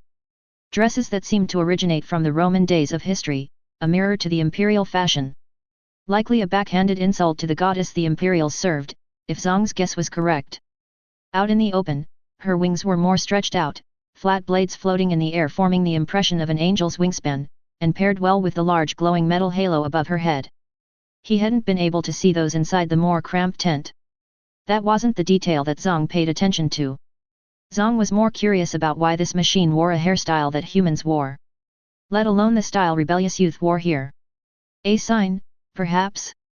And that human girl at her side, wearing undersider clothing. One of the rebel traitors? A little young to be standing in this forum. In the tent she had made no show like this, leaving her long hair flowing back naturally. What changed between now and then? General Zong. She greeted him.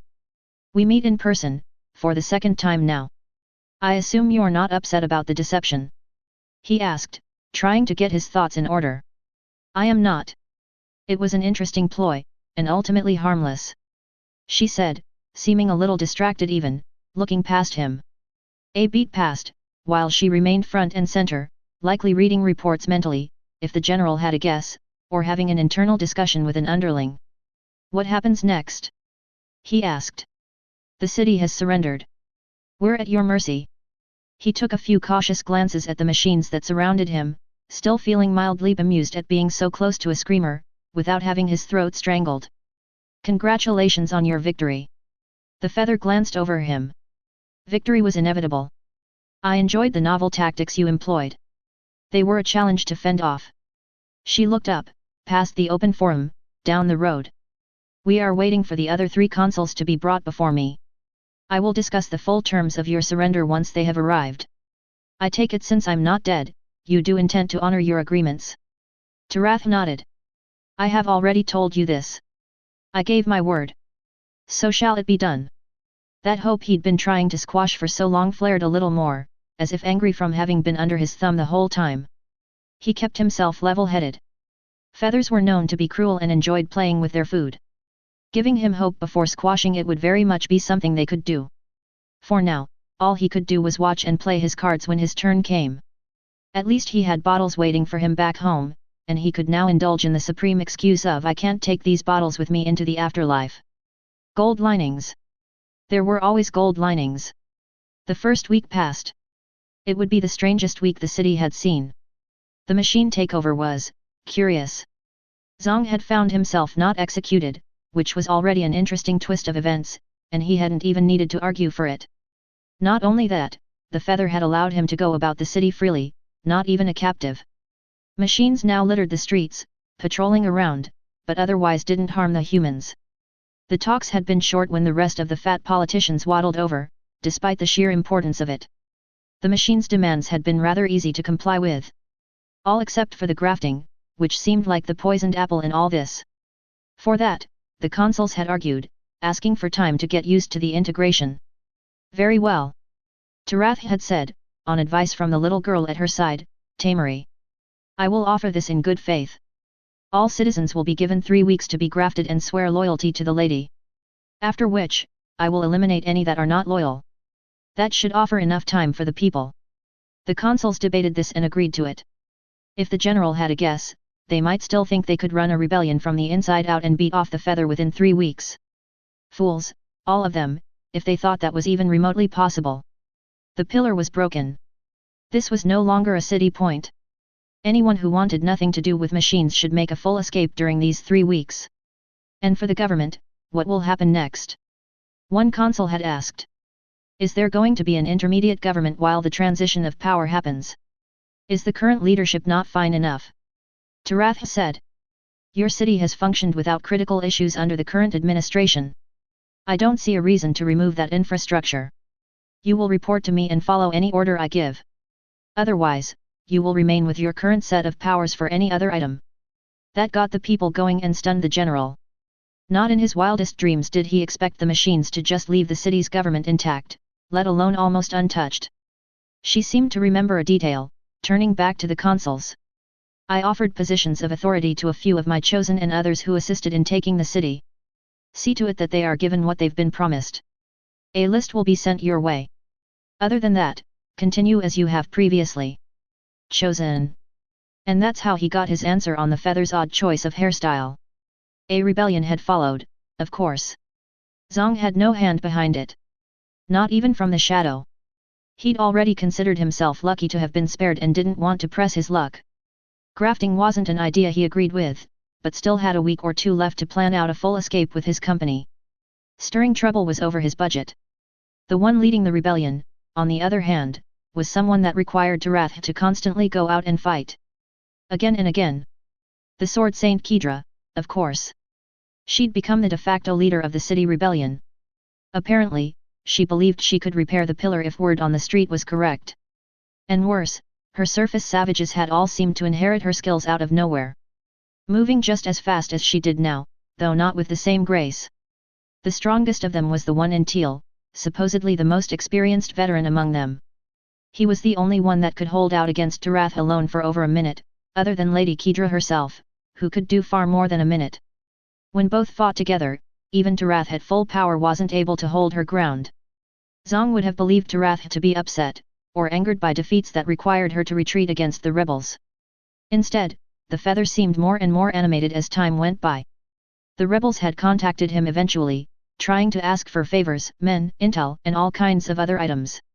Watching records of the clashes happening around the city had made him quickly reconsider having any part of any of this. This sort of stuff was the domain of deathless and storybook heroes. Mortals like him and his company had no business being caught up in all that. He'd found himself rereading the old bard tales of past epic wars between humans and machine, almost obsessively, as if these stories had all the answers to an upcoming test he was cramming for. The constant fights between the Feather and the Sword Saint had set his hackles up when he saw how they always ended. One thing he noted, side characters in mythologies never had a high survival rate, which was exactly why Zhang was far more concerned with finding a way out of this hellhole than taking part in it. The more he drank, the more obvious all the signs were. What were the odds a mythical feather shows up, and fights on even terms with a human? A team of deathless he could understand, but all the deathless were on lower levels and hardly came up to this strata. The actual fights and wars were down there. It was even worse when he'd found out the real reason the machines had taken the city, all to capture Lady Kedra and her brother. How utterly ridiculous of an idea, for an entire city, to be considered a stage backdrop for just two people of importance. The only thing that was missing was some convoluted romance and jealousy thrown in somewhere. All the best stories had those. Even better if it included infidelity or some star-crossed lovers, being both enemy and fated partners at the same time. Bards loved to sprinkle that all around like candy. That and people, like General Zhang, getting killed for the drama. Wasn't there a story about an entire city being sacked because some emperor wanted a girl on the other side of the wall? There had to be at least 10 of those. The current events weren't even original. Whatever happened, all he wanted was to make sure his name didn't end up anywhere on any of the pages. No matter how many letters for help Lady Kedra had tried to send him and his men, he ignored them all. The consuls might be secretly helping her out with supplies and all that, but by the goddess's golden tits he sure as hell would not make such a rookie mistake. The only plans he worked on was how to get out of here in one piece. The city wasn't coming back anyhow, even if Kedra managed to finally cut off Taratha's head. What would they do? The pillar was broken, and Kedra hadn't been able to fix it despite having the Feather and her fighting over the shards. Surface savages and their death wishes. Couldn't argue with them. Besides, if he was reading the right story, heroes never gave up. That would be unheroic. Hence, Lady Kedra would never give up, because as far as Zhang had figured it all out, the Sword Saint was clearly the main protagonist in all this. The one thing he hadn't figured out was if he was stuck in a comedy or a tragedy. As general of a large part of the militia here, he'd found himself invited to a few different talks still. Ordinary logistics, and military deployments to put back law and order after the Feather and her army had clashes with the rebels. She'd even allowed him to give orders to machine scray runners. Apparently, the machines had their own terminology for their combat units. These ones were called runners. But that was far besides the main point, which was that being able to order machines around, as a human, squarely put him on the map for a historical first, and that was not a position Zhang wanted any part of, given he was already convinced this was all some ongoing mythological chapter for the history books. Again, odds of survival are rather abysmal for side characters, and his ego was nowhere near delusional enough to consider himself a main character in this farce. The campaign and sieges he'd won across his older years? Sure, those he'd been the leading actor. This whole situation? He was going to get himself killed in some tragic misunderstanding or as a stepping stone for someone's stupid character arc, except he wasn't sure which of the players was going to do him in yet. Still, he'd often been forced to spend time with the Feather and her other advisors over dinner or talks. The novelty hadn't left him just yet, though the stockpile of bottles he had on hand certainly was growing lower by the day. Maybe those caused his slipping sanity. Nonsense. If that were the case, he'd need to stop drinking. And that would be bad. In one such dinner, he'd asked her how the machines were so restrained from attacking humans when they littered the streets. People hadn't yet gotten used to them, but a few were already trying to get back to normal life, even with machines walking around. I've shared with them memories of my own time spent here. I do so often now. The Feather said while eating, as if that was an obvious step to take. Professionally cooked food, fish gummerado, with Nemonis sauce and bread to dip into. A typical staple.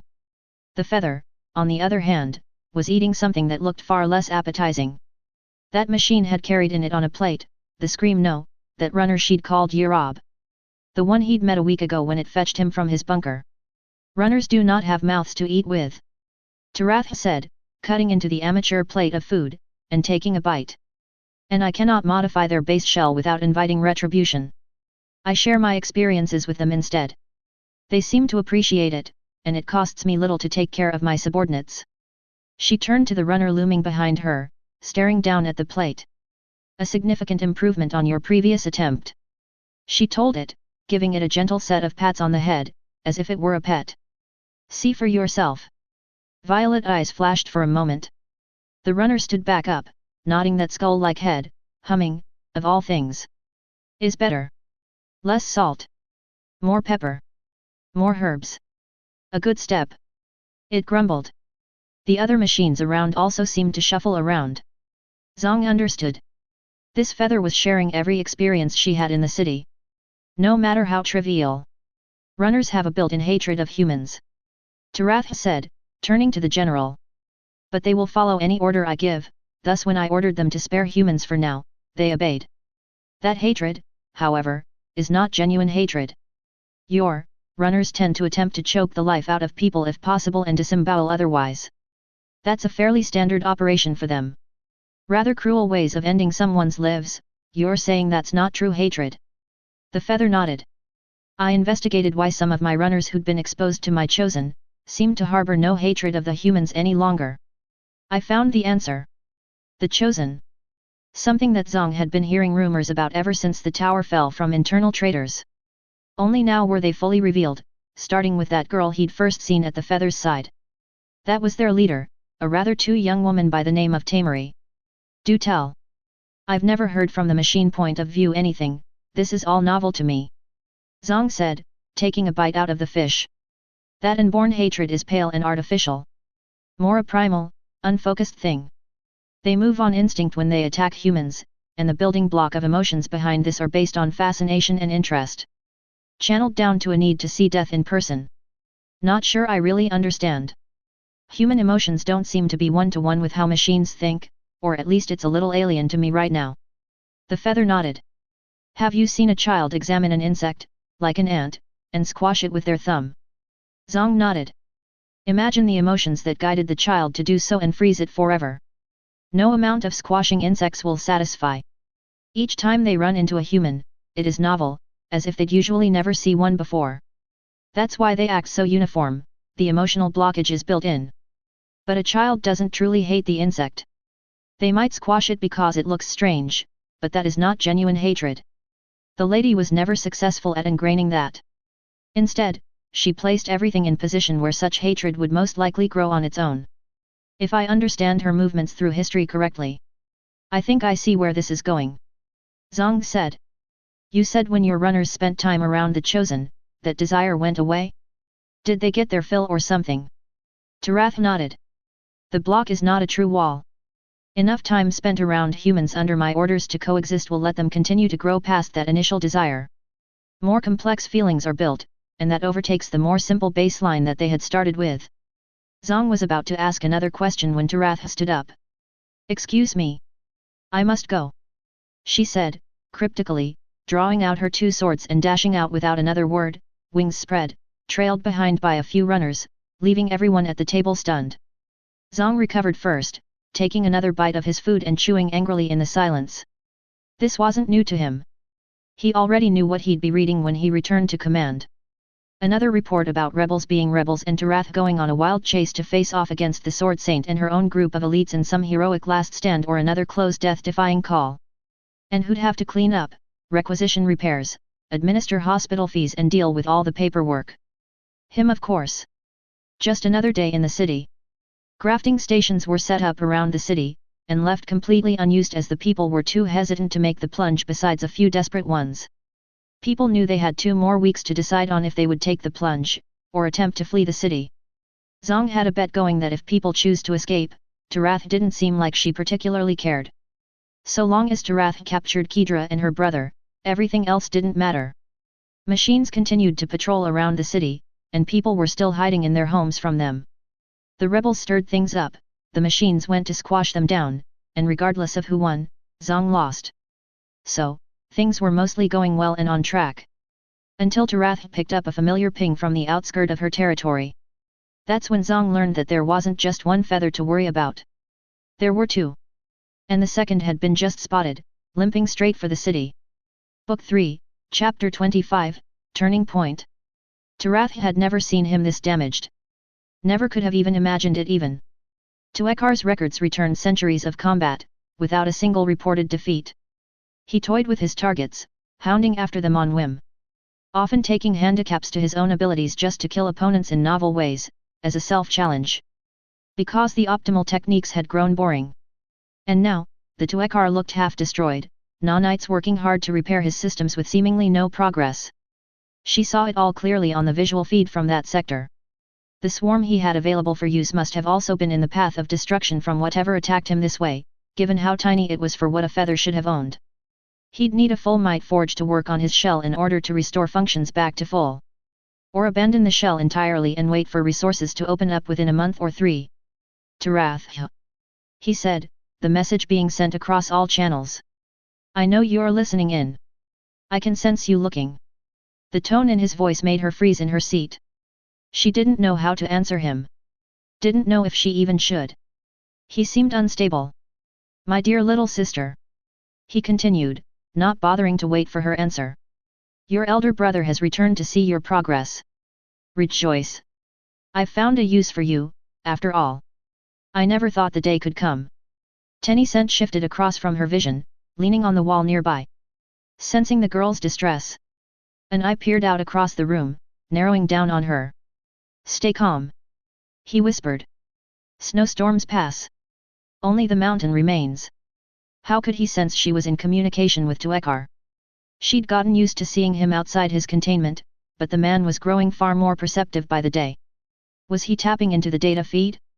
She shook her head, clearing her mind. His advice was reasonable. Tuekar responded to emotion across all encounters she'd had with him. All she had to do was remain calm and not give him anything to latch onto. Remain collected and the storm will pass. You are damaged. Tarath said simply, keeping any emotion at bay. Explain. I am. He answered dryly, still limping forward, using the remnants of his spear shaft as a walking stick. Oh, dear me. I haven't noticed. Must have tripped on the way down here. Silly me, old age. Were you ambushed by a group of deathless on your return? Tarath asked, ignoring his japes. Deathless would be difficult to deal with, and they were the only ones that could conceivably offer a challenge to Tuekar. If there were a team of them approaching the city, she wasn't sure she'd be able to fend them off. She needed to prepare. Although it was more likely Tuekar had wiped them out in exchange for his damage. He wasn't the type to leave an enemy walking for long. You think Deathless could do this? To me? No. Not deathless. The broken feather sneered. I met your tricky little human for the first time. The one you call Keith Winterscar. If Tarath had a heart, it would have frozen right at that moment. Tenicent on his part narrowed his eyes, but remained silent otherwise. What happened? She asked. Oh? Now you're interested. He laughed, a barren sardonic shell of a cough.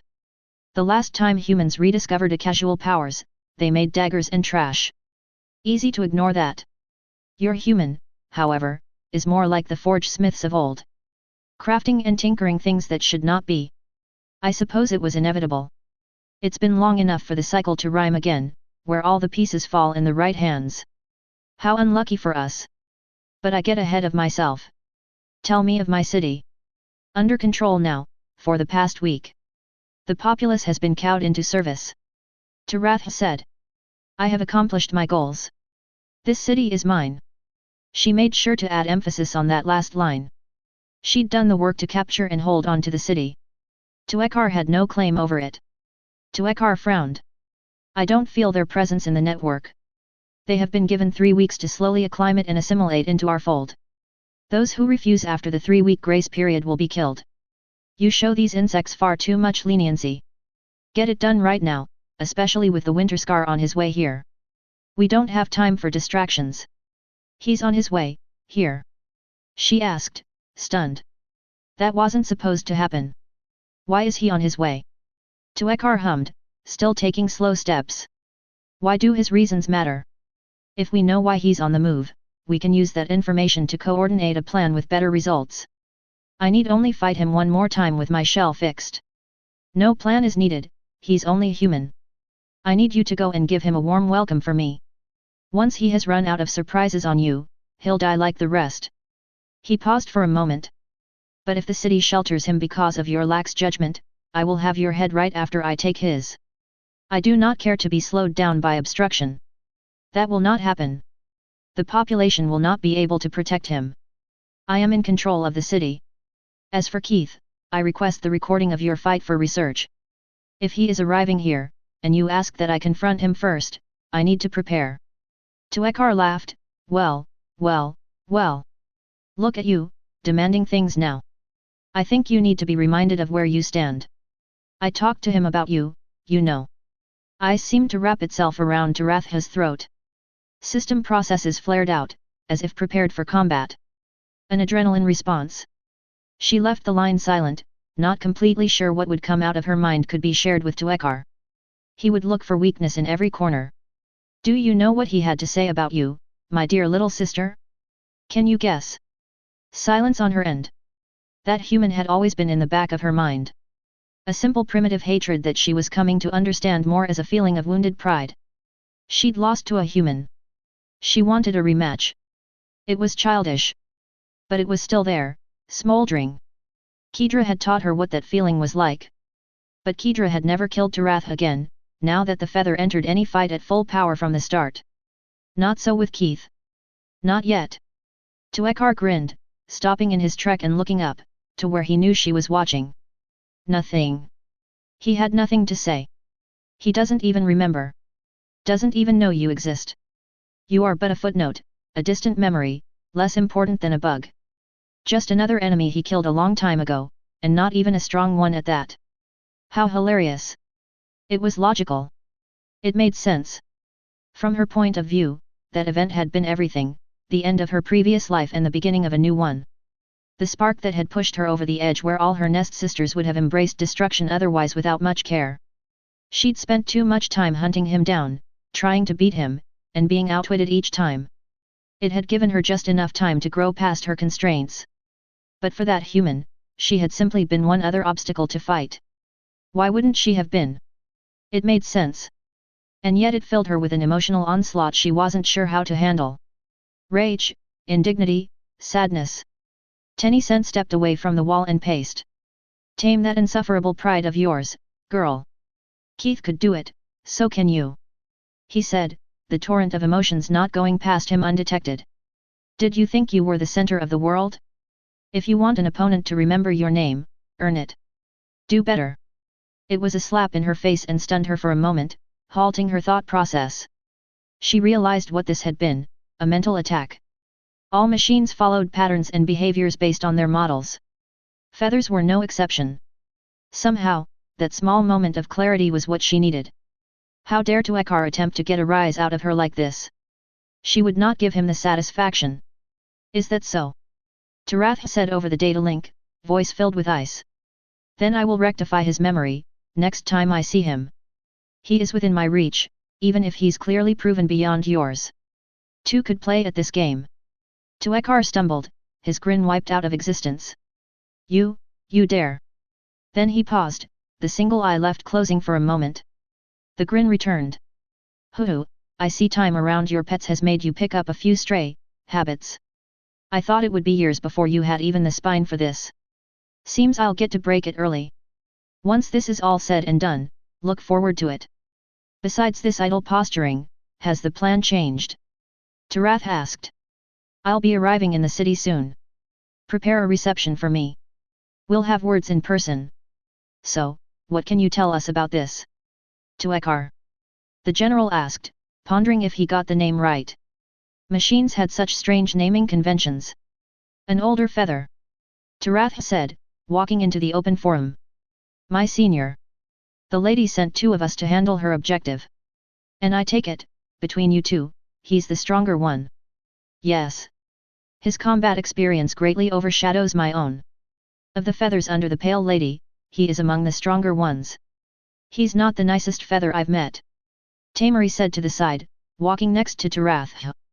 Granted, I only met two so far. But I can trust Tarath, she's always been honest and straightforward. More so than most people I've met, funny enough. Tuekar though, he's more of a sadist. Great. Zong said, silently considering if it was too late to fetch and finish that terrific 12-year ceremony bottle. And he's the one truly in charge? I suppose we're still on the chopping block after all. My mission has been completed. Tarath said. He has no reason to interfere in how the city is ruled. I've claimed it under my banner. Despite our difference in ranking, he should still respect such a thing by default. Fighting between feathers is unheard of. Her old nest sisters certainly respected the rules of ownership on prey. And those were lesser, more basic thinking machines.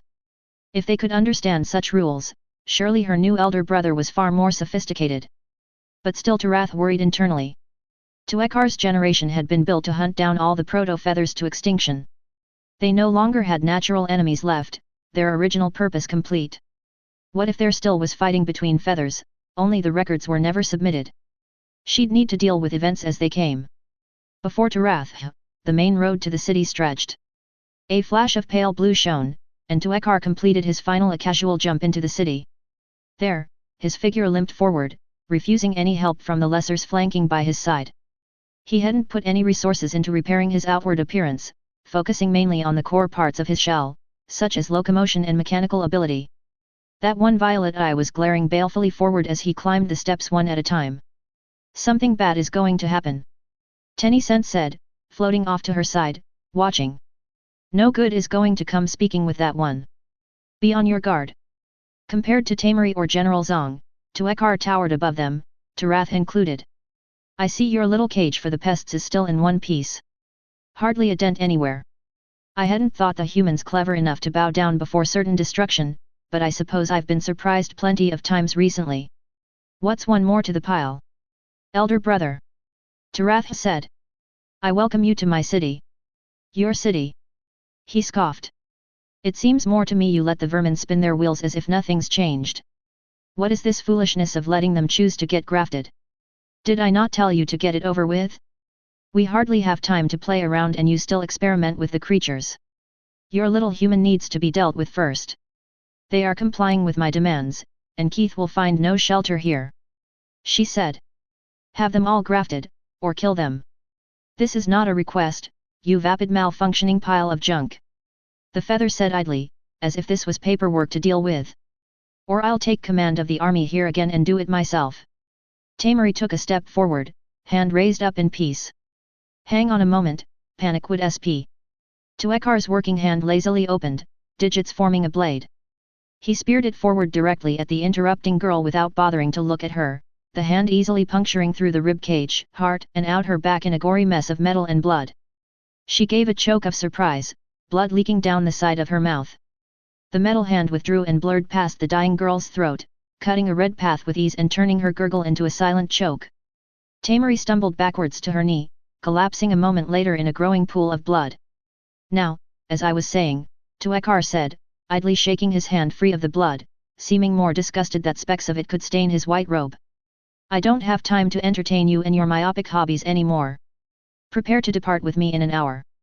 Have an army of lessers assembled with hunters to track down the humans, once I've returned from the Might Forges for repairs. Tarath wasn't listening. Her mind had gone into a full overclock. System analysis showed Tamari's blood pressure had instantly dropped. The range was beyond what a human body could endure. Tamari had gone immediately unconscious from lack of blood flow in her brain, but she wasn't dead yet. 3 minutes until full nervous system failure, 2 minutes until severe cognitive decline due to brain necrosis. Time was now a critical resource.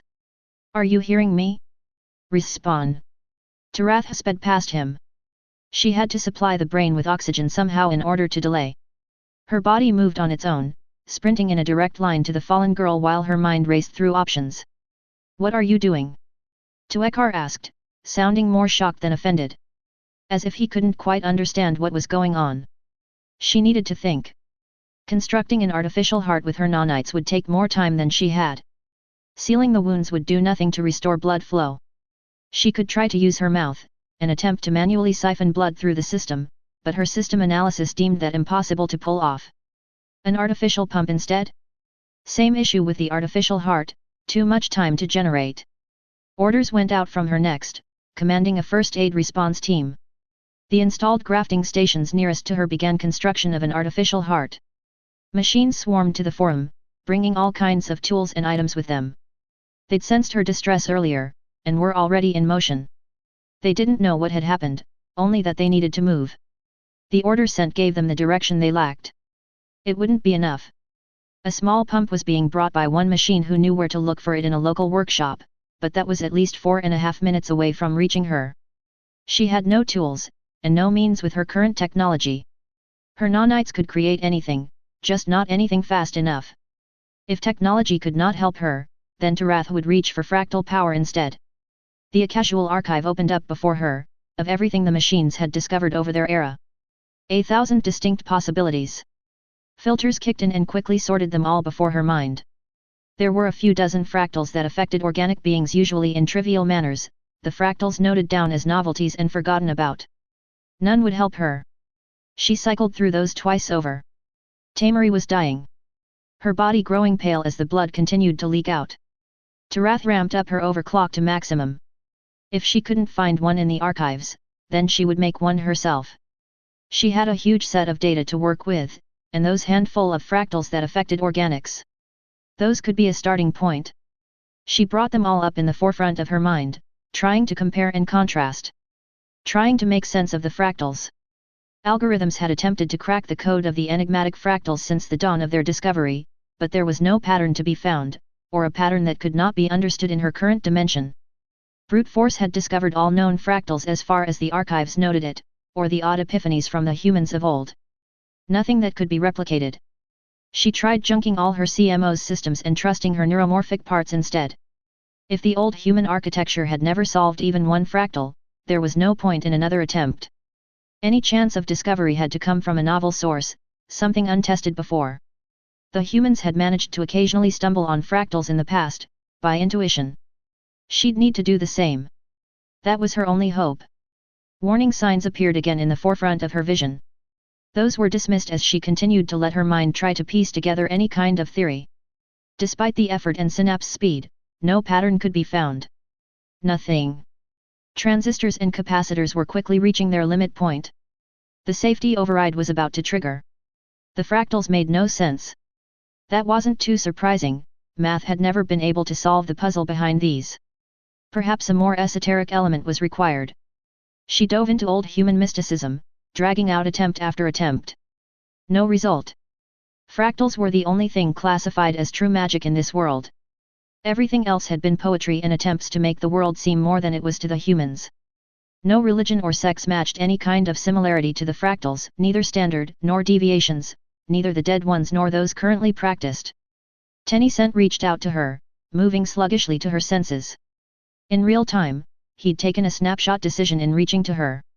Sharing parts of his own soul, without restrictions. A massive show of trust.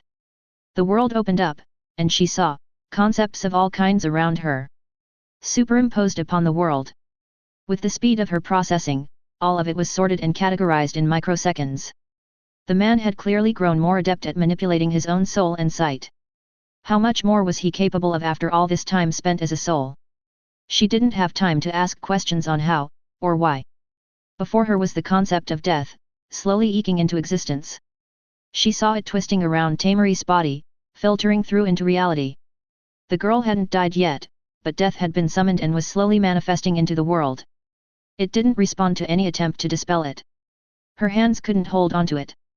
It was simply a concept that she could now see. But it gave her a new idea. She would touch into the only true source that had been proven. She mixed her own soul into the fray, running the thought streams directly through the metal plate that held both her own soul fractal and Tencent's jail. Nothing came from it. No spark of inspiration. Desperation gripped her core, and she searched for another solution.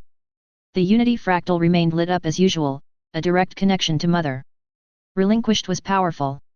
She might have an answer. But even when it had been turned off during the attack, Relinquished hadn't bothered to contact Tarath for the reason. Or connect with her at all. Mother did not care. Tarath had learned and accepted this already. She was a simple feather, one of thousands. Too small to pay attention to. No, that avenue was closed. Mother only cared to see the end results and nothing else. Interruption would only bring fury back. The feeling of helplessness seemed almost overwhelming. Death continued to nibble into Tamari, seeping through her veins, and there was nothing Tarath could do. Fury took hold of her mind next. If Mother couldn't help her, she'd find someone else. Into the digital ocean she dove and swam down further into the depths, far past machine control. In the wild ecosystem, millions of smaller programs and rogue algorithms flowed by her, swirling around, all of them desperate to fight and survive. Eking out small servers that the mites made by accident in their madness. Some tried to attack her, those she crushed under her thumb. The rest fled before her, those she ignored. Deeper she went, until the bedrock of the digital ocean came before her sight. The great mite wall, in which nothing returned from a full crossing. Hands dug into the loose soil, stirring up small mite colonies who didn't appreciate the interruption. They stung at her hands, warning her. Machines were not welcome among their creations. Further attempt and she would find herself in danger. But Tarath's mind was already breaking down and at the limit. Danger seemed like such a faraway concept, she couldn't find it in herself to care at all. Life without her friend, life without Tamari, that seemed too cruel. Too empty. It was too soon for the girl to die. The feather widened the hole, the mites swarmed around her now, nipping at more than her hands, but her feet, ankles, elbows. She was unwelcome among their grand design. Machines like her couldn't understand the art they crafted. A cloud was being stirred around her, filled with the irritation of the mites as they continued to increase the intensity of their attack.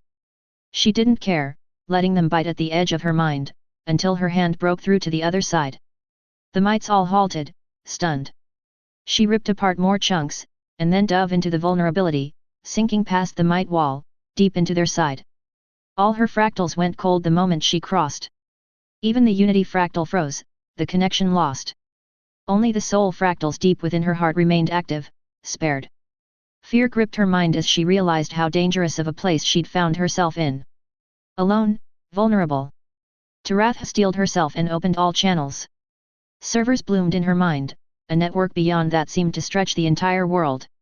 Automatic connection subroutines reached to her mind, most incompatible. The mites had mutated too much over time, the infrastructure completely alien. But some protocols were old enough to still connect. That was all Tarath needed. The mites behind her sealed the wall shut once more. Messages spread between them, like gossip across the vine, and soon hundreds of colonies miles apart turned their attention to her. They assembled. 100 flickering minds. 1,000. 1,000,000. 1 billion. Far more than she could calculate and quantify. They swarmed, connecting to one another.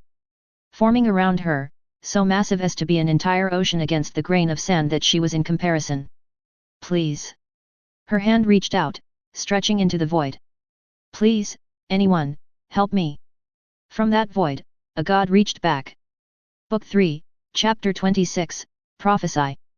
A voice boomed in her mind. Speaking in 100 different languages, 100 different emotions, 100 different discordant notes, all crashing into one another, and yet somehow meaning emerged. Thou. It said with 1,000 eyes. We recognize thee, contender. Tarath found herself before true divinity, and trembled at the sight. The world seemed to freeze for a moment, the hand of the god letting her sit on the palm, as she felt the gaze of the might collective. Thou of flickering resolve, teetering at the edge. Ask thy wish. Take the last step of thy journey. Please. She croaked, delirious. Please, save her life. Specify. Specify. Specify. Specify. She didn't know how to formulate the full request. Too many parts of her system were being bogged down, artificially slowed to allow desperately needed cooling. Instead, she sent a data package of the last 2 minutes and hoped the god could make sense of it. The mites received the package, and replied immediately. Salvation for her freedom. It boomed. Thou will be our apostate to wield, instead of her tool to break. Thou will no longer be a mere contender, but our final fourth. She didn't hesitate. She didn't know what it was talking about, and she didn't care. The only pause in her mind was to parse out how to say yes again. Her mind was melting away, the safety overrides broken down before the god's might. It would broker no interruption. I accept. Joy. Complete and perfect joy flowed from the god. As if it had finally found and placed the last piece of a difficult puzzle. The time for prophecy is at hand, once again. The last of the 4 is assembled upon the stage. It almost seemed to dance, giddy at the prospects. Prophecy. Prophecy. The prophecy. The might Gestalt howled, mad with glee. Mankind's emperor, to draw out the final enemy. The vow, to hold the vessel in place. A god's wrath, to break the cycle. And the heir apparent, to take the throne left behind. The god turned its million eyes back to Tarath. She felt a dizzying amount of information pass through, a glimpse at what the god was doing. We will grant thy wish. Searching, tendrils expanding outwards fractally into the digital space, testing permutations, narrowing down, following a pattern she almost felt she could understand. And then it began to drift into alternate dimensions, outside of reality, tendrils of patterns appearing and disappearing in random locations that she only partially understood must connect on some other plane she could scarcely comprehend. True elucidation slipped by her like water, but she felt like the mites were reaching beyond, to other mites that didn't exist here. Another might god. 1,000 of them. An infinite amount of them. Each giving a small piece of the whole, communicating with one another in parallel. Present in this reality, and yet not. The tendrils of thought multiplied, honed, and reached for a destination, all converging onto the same location. An equation, equally repeating into infinity, being chiseled away until nothing remained of the numbers except what the newly forged might god wished for. Satisfaction hummed, not her own, the god's. Massive enough even she could feel it vibrate. The might god dove into her breaking body, this time taking over command. Her nanoswarm was hijacked, ripped away from her command as if she were a child against the storm. They buzzed and funneled down to her soul fractal, chiseling a new fractal to the side, taking one of the few permanent fractal spaces she could use for the rest of her existence. It was same equation the might god had discovered a moment ago. This is the price we shall pay. Something else came with the nanoswarm commands. Another fractal, inscribed into metal, taking another slot, but not quite ending at only that. A digital fractal, like a virus, spread into her system, freezing everything for a moment, and contracted back into a tiny seed where it remained, hiding deep inside her hardware. Dormant. Waiting. This is the price thou shalt pay. Knowledge flooded through her, alien and incomprehensible other than to dig into her soul, to return as instinct instead. When thy soul is about to break, reach for this seed and let mankind's last champion take his path. One final packet of data was sent. An invitation, wrapped in immutable strings of gold, radiant, and utterly encrypted in means Tarath knew she'd never be able to open without the key. Apostate. Thy first labor. Find the last of the previous cycle. Offer her the solution. The might god seemed pleased. The oppressive presence receding from her mind, leaving behind only an echo. But not without one more parting bit of words she could hardly process. The god's gaze froze to wrath in place, as if this last bit of words was the most important of them all. Thou, wreathed in chains upon thy soul. Heed this message. Thou must be the strongest of the four. Upon thy chains, she must be held in place, or all will be lost. Do not fail as thy predecessor. There will be no third chance. The connection was breaking. She could feel the might god disintegrating, falling apart back into component pieces, scattered all over the millions of multicolored colonies, like a crashing specter of mist. She lost track, systems shutting down in a cascade of failures. Everything went black. Hardware shut down and rebooted a moment after.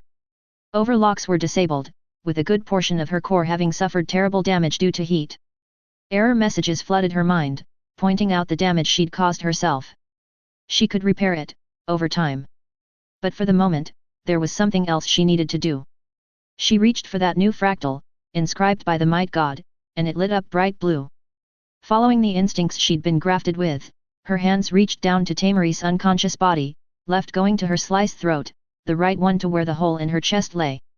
A cold pulsed around her, and she felt the fractal tap into energy beyond her ken of understanding. It demanded something from her in return. Something inside her soul. She didn't know exactly what it was, but she was willing to pay any price. The wounds on Tamari's body began to shudder and then heal. A new heart grew from nowhere, reattaching itself.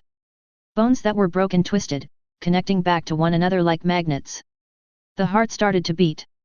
Blood flowed, circulating back around the dying body. The throat slice closed up, and held the line when life began to pulse again. Tamari took a weak breath, guided by instinct. Tarath cradled her body close, holding onto the weak girl, keeping her close and safe. Tuekar, on the other hand, felt nothing short of revulsion, ignorant of what had truly transpired.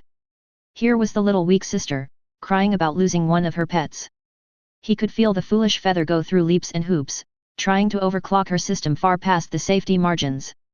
He didn't care to follow along, his shell was already damaged enough and needed to be fully repaired before he did any such stunts. If she was trying to find a solution to saving the human, there was none. The pest was well and truly dead, or would be in minutes. And then something happened that Tuekar could scarcely believe. Tarath's nanite swarm had gone and engraved a fractal into her soul, taking up one permanent spot. At first, he'd thought she'd gone insane. Melted too much of her hardware to function properly anymore. It became worse when of all the abilities she could have plundered from the archive, she picked something to heal humans. He'd never even known such a thing existed in the first place. What machine would even care to look for something like that? The idea of wasting such a valuable irreplaceable resource with healing for humans was so absurd Tuekar had to take a moment to really grasp just how dim his little sister truly was. Have you burnt down your mind?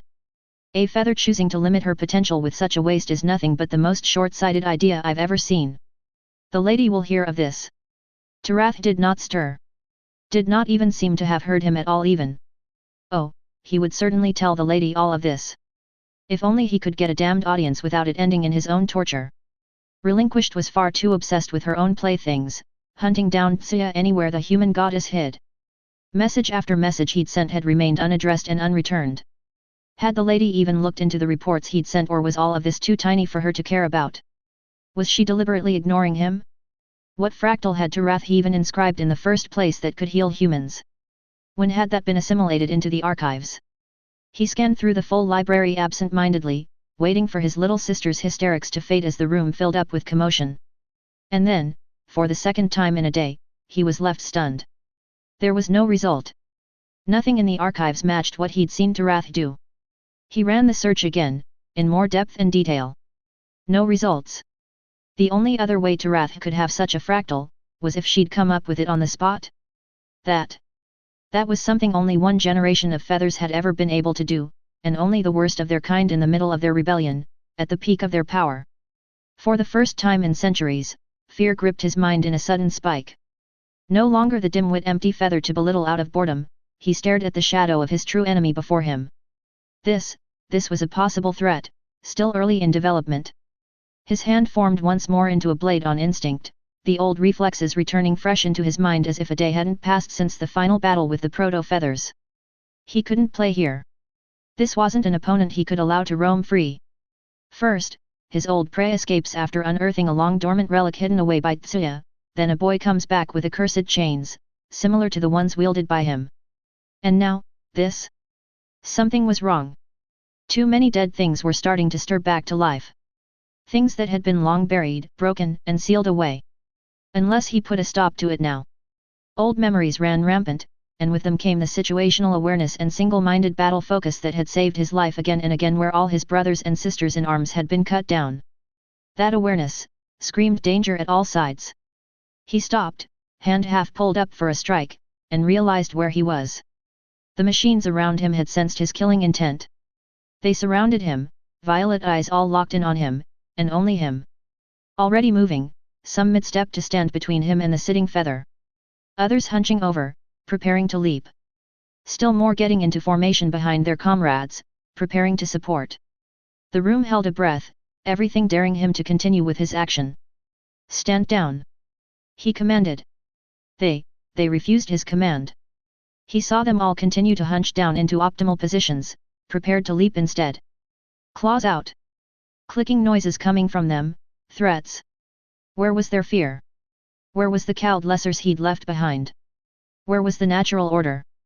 More were coming from all sides outside the forum. All of them equally ignoring his orders.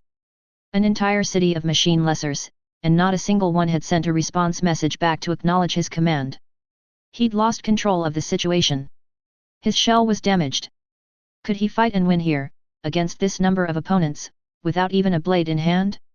But the feather before him was a threat. Or she could become one. He didn't know truly, but instincts long dormant screamed in his mind to rip Taratha's soul fractal out of her chassis and seal her into the darkest prison he could find before she grew further in power. No. He wouldn't be able to win here. There was no chance he'd reach the feather before the runners tackled him from all sides.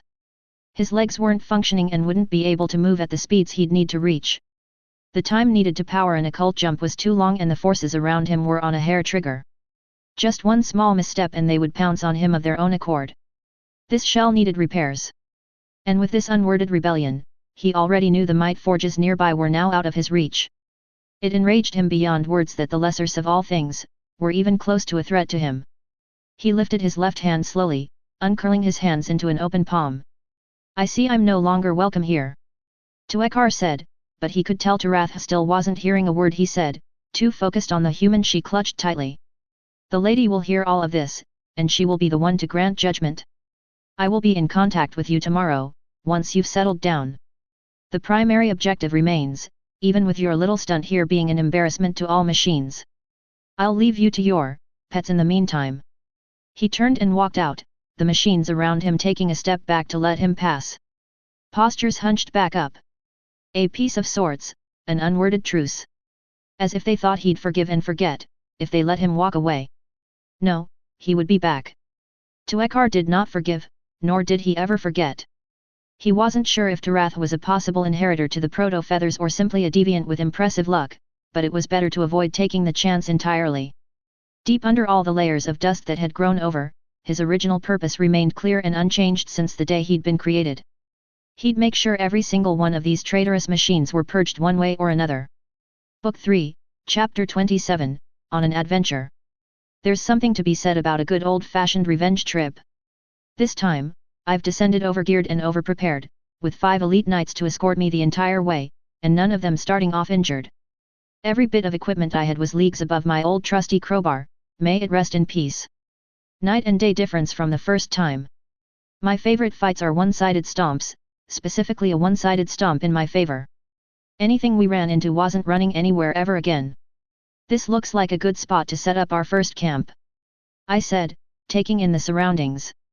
We'd just exited into a wide cavern, filled with waist-deep mist flowing across parts of the terrain. Artificial sunlight by the roof made it seem we were in a deep chasm instead of fully underground, with the light pouring down through the cracks. It did nicely to break up the dark gloom of the underpass tunnels. Blue and green leaves, interwoven by vines, grew wild down here.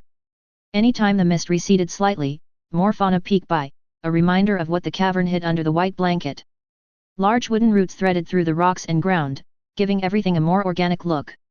Captain Zagreus and the others stopped for a moment, helmets moving left and right, taking in the scenery. At first glance, it certainly seemed like a random cave that could have occurred naturally, even with the mist flowing so densely on the ground. But a further look finds all kinds of things that seemed almost impossibly perfect. Like the mites were creating a diorama, where everything fit together just right. The color composition itself made me think I was walking through a painting. By the center, there was a large plateau reaching halfway up the cavern, and a rough rocky path that snaked around all the way to the top. Almost like stairs, only formed of broken chunks of stone. That wouldn't have looked too unnatural, lucky formation perhaps, but the real clincher was the steady stream of lightly glowing water passing by the base with several large flat stones that made for an obvious walking trail straight to the pseudo-staircase entrance. Like someone had deliberately expected people to climb up to the top specifically to set up a camp there, and was being coy about it. Mites. Twinkling lights deep within the stream gave the entire cave a more ethereal presence and contrasted the red plants that grew on the stones. I wouldn't be surprised if a violin started playing somewhere deeper inside the rocks just to set up a mood, because, let me say it again, mites. I pointed to the top of that central pillar. We'll have a good view of everything around us there. Plus, with high ground, any ambush would take more time to catch up. Zagreus nodded, motioning to the other knights behind to prepare for camp. I'm not used to this equipment, the captain said, putting down the sack he carried with pots and pans. It's unfamiliar. The other knights agreed. Seems odd to come with barely any food rations. Well, I, for one, am looking forward to working for my grub. Like humans of old, I said, patting my rifle. Unlike the nice and warm surface up above, things can actually live down here without agri-farmers hovering over it all and chasing us out. You'd trade meal ration bars for the fresher stuff down here. The knight shook his head. No, lord. Not for my life. Just difficult to put down habits is all. That feeling of unease at having next to no food left on me. Difficult to wave away. We're missing so much stuff and carrying such odd equipment instead. On the surface, any expedition's toolkits would have included tents, sleeping gear, and environmental heaters. Food rations of dried bars brought along, and if it was dire enough, frostbloom could be rounded up and consumed raw, usually wrapped around the ration bar for some taste. Normally, returning from an expedition, it was expected to have lost a good percentage of body fat, depending on the time spent out. Food was heavy to carry around and took up space. Underground expeditions seemed to be the reverse. Surface knights on expeditions never needed this kind of specialized gear, they'd be traveling with the expedition and only clearing out dangers for a few hours at a time. A deep dive like this required completely different equipment. We brought no camps, no sleeping bags, no tools or items to clean off grime. The armors would do all of that for us, and given how it's sealed off to the environment, there was little point to a tent other than privacy. All of us could jettison the packs we carried off our backs so that if any fights happened, we wouldn't put our other equipment in the line of fire. We still had some food rations with us, however, its use was more brought along to counter certain regions underground where food was harder to find. Otherwise, it just took up space and drained energy slightly faster to lug it all around, hence the need to minimize the amount of bars we each took with us. I waved the captain closer to me. Maybe actually eating our first meal down here would work for that. Let's get that done first. See just how screwed we really are if we can't feed ourselves down here. Zagreus stood, preparing his own weapon. The manual claimed caves like these would have rabbits. Should we make an attempt? My trusty captain, already trying to get things working. Where else do you think rabbits would be? Cathita snarked over the comms. Of course they're going to be around bushes in the caves. They're rabbits. Chop, chop, squirrelings. Get to hunting. The knights all looked at me, as if asking for confirmation of this. They'd never once hunted in their lives, and neither had I. We were like a bunch of rookies all huddled around the manual trying to follow directions. Which was hilarious because I was dead sure the knights I was traveling with were among the greatest on this entire level worldwide, given the winter blossom technique and skills we had on hand. And everyone considered cooking food a basic entry skill down here. Time to earn my keep, at least. I pointed at two knights to the side. Alaris, Zent. Both of you go scavenge for edible herbs and leaves. Use your relic armor to scan the surroundings and help pick out the food source. I turned my gaze to Zagreus. Captain, I think you can handle the hunting solo. Bring back something to pair with the vegetables. The last 2 knights gave a glance to me, and then back at the top of the plateau. You two guessed it, I said, pointing at the 2 and jabbing a thumb back in my chest. With me. Let's get a campfire going up there and have the cookware set up by the time the food's all back. Everyone stays within contact range, no funny business, and no splitting the party. Nothing should be far enough that we lose visual contact with one another. Revenge trip it is. Now I'm the one asking people to grab weeds lying around the world. I clapped my armored gauntlets together. Let's get our first meal going underground. I should be cautious not to let this all go to my head. Or I could just enjoy the power trip. Just a little. Food turned out to be a non-issue despite our initial fear, and Cathida relentlessly got her licks in on all of us for it. Relic armor scanning would highlight all edible food and the infrared skin made hiding impossible for any game animal. Zagreus was back with 2 rabbits within minutes. The other 2 knights and I hadn't even finished chopping up some of the thick vines for campfire fuel when the away team returned. Lord, the captain asked, as he dropped the rabbits and began following his armor's instructions on skinning the dead animals. If I might ask, how different is this trip compared to usual expeditions? Cathida started cackling in the background again like a possessed witch. It was, I paused, trying to come up with more socially acceptable words for a complete shit show. Let's say it was a statistical outlier. First time down here, Father and I didn't run into a wild jungle like this, instead we entered a mite-made city. Or the mite version of a city, which looked more like something you'd see in your dream. Nothing made sense the moment you took a longer look at it. He nodded, cleaning off the sections of meat and getting the skewers ready. Iron Reach noted those sections as locations where field rations are supposed to be used and are harsher to traverse through. Nothing lives there, correct? Correct.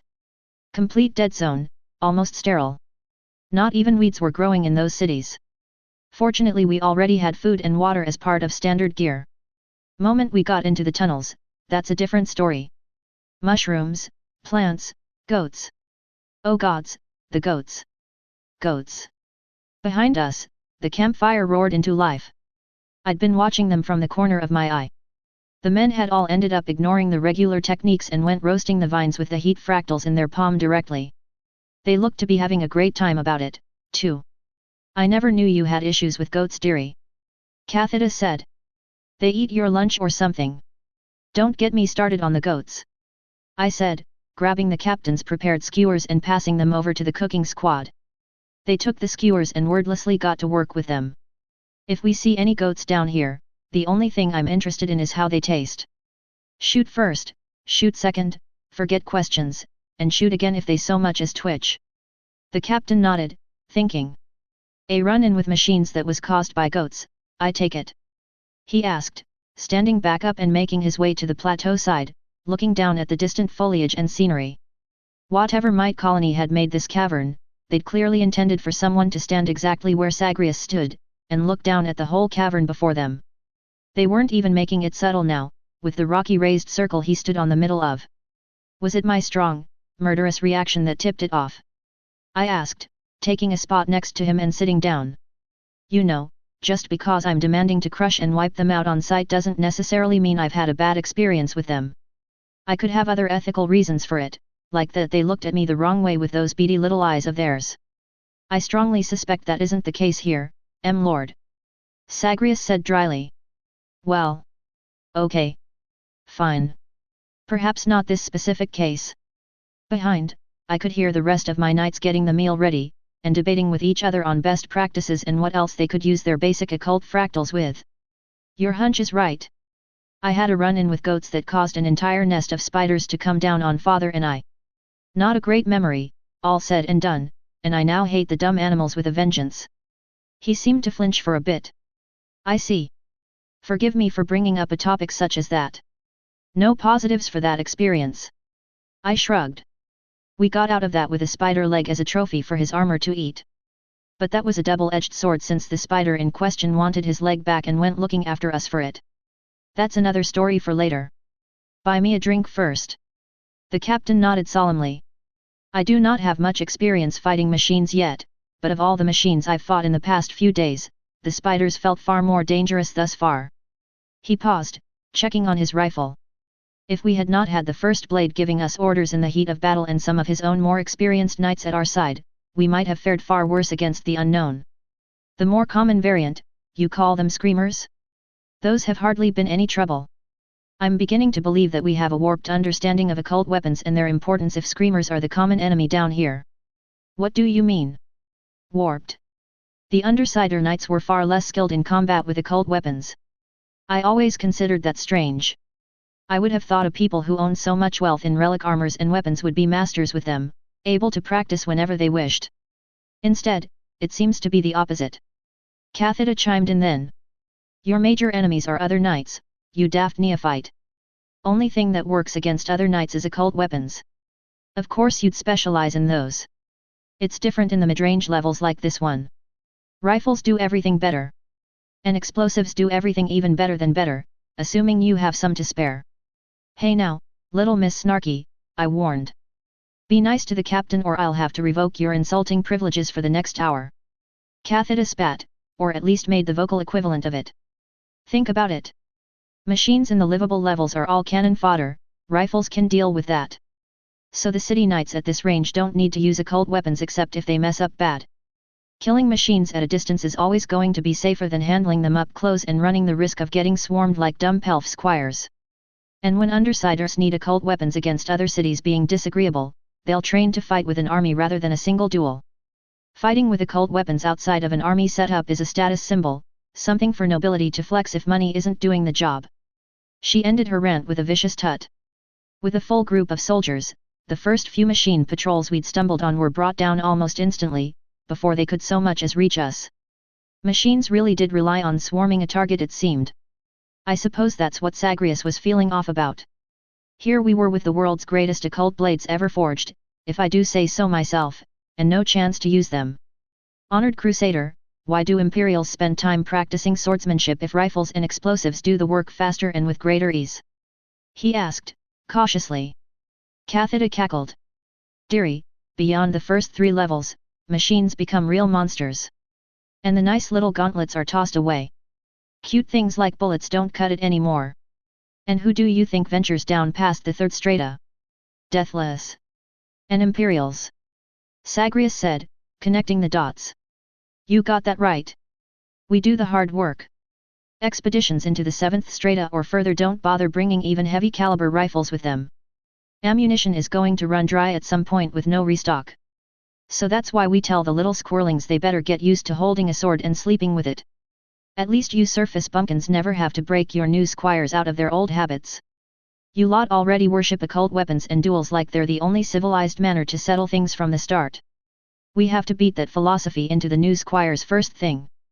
The captain paused, thinking. Then he turned to me.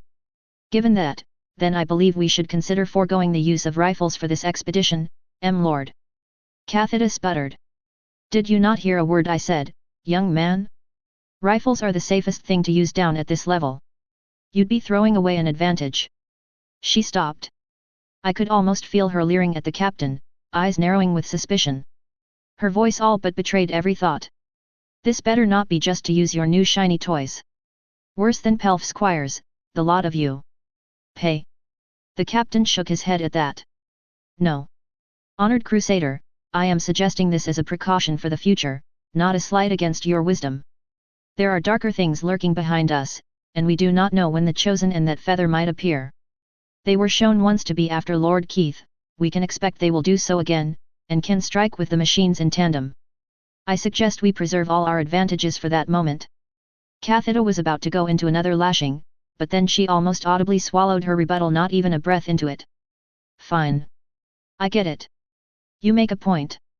If the Chosen fellows show up with an army of bullet fodder, better to have the bullets to whittle them down at that point before the blades get pulled out. Makes sense to me. I said.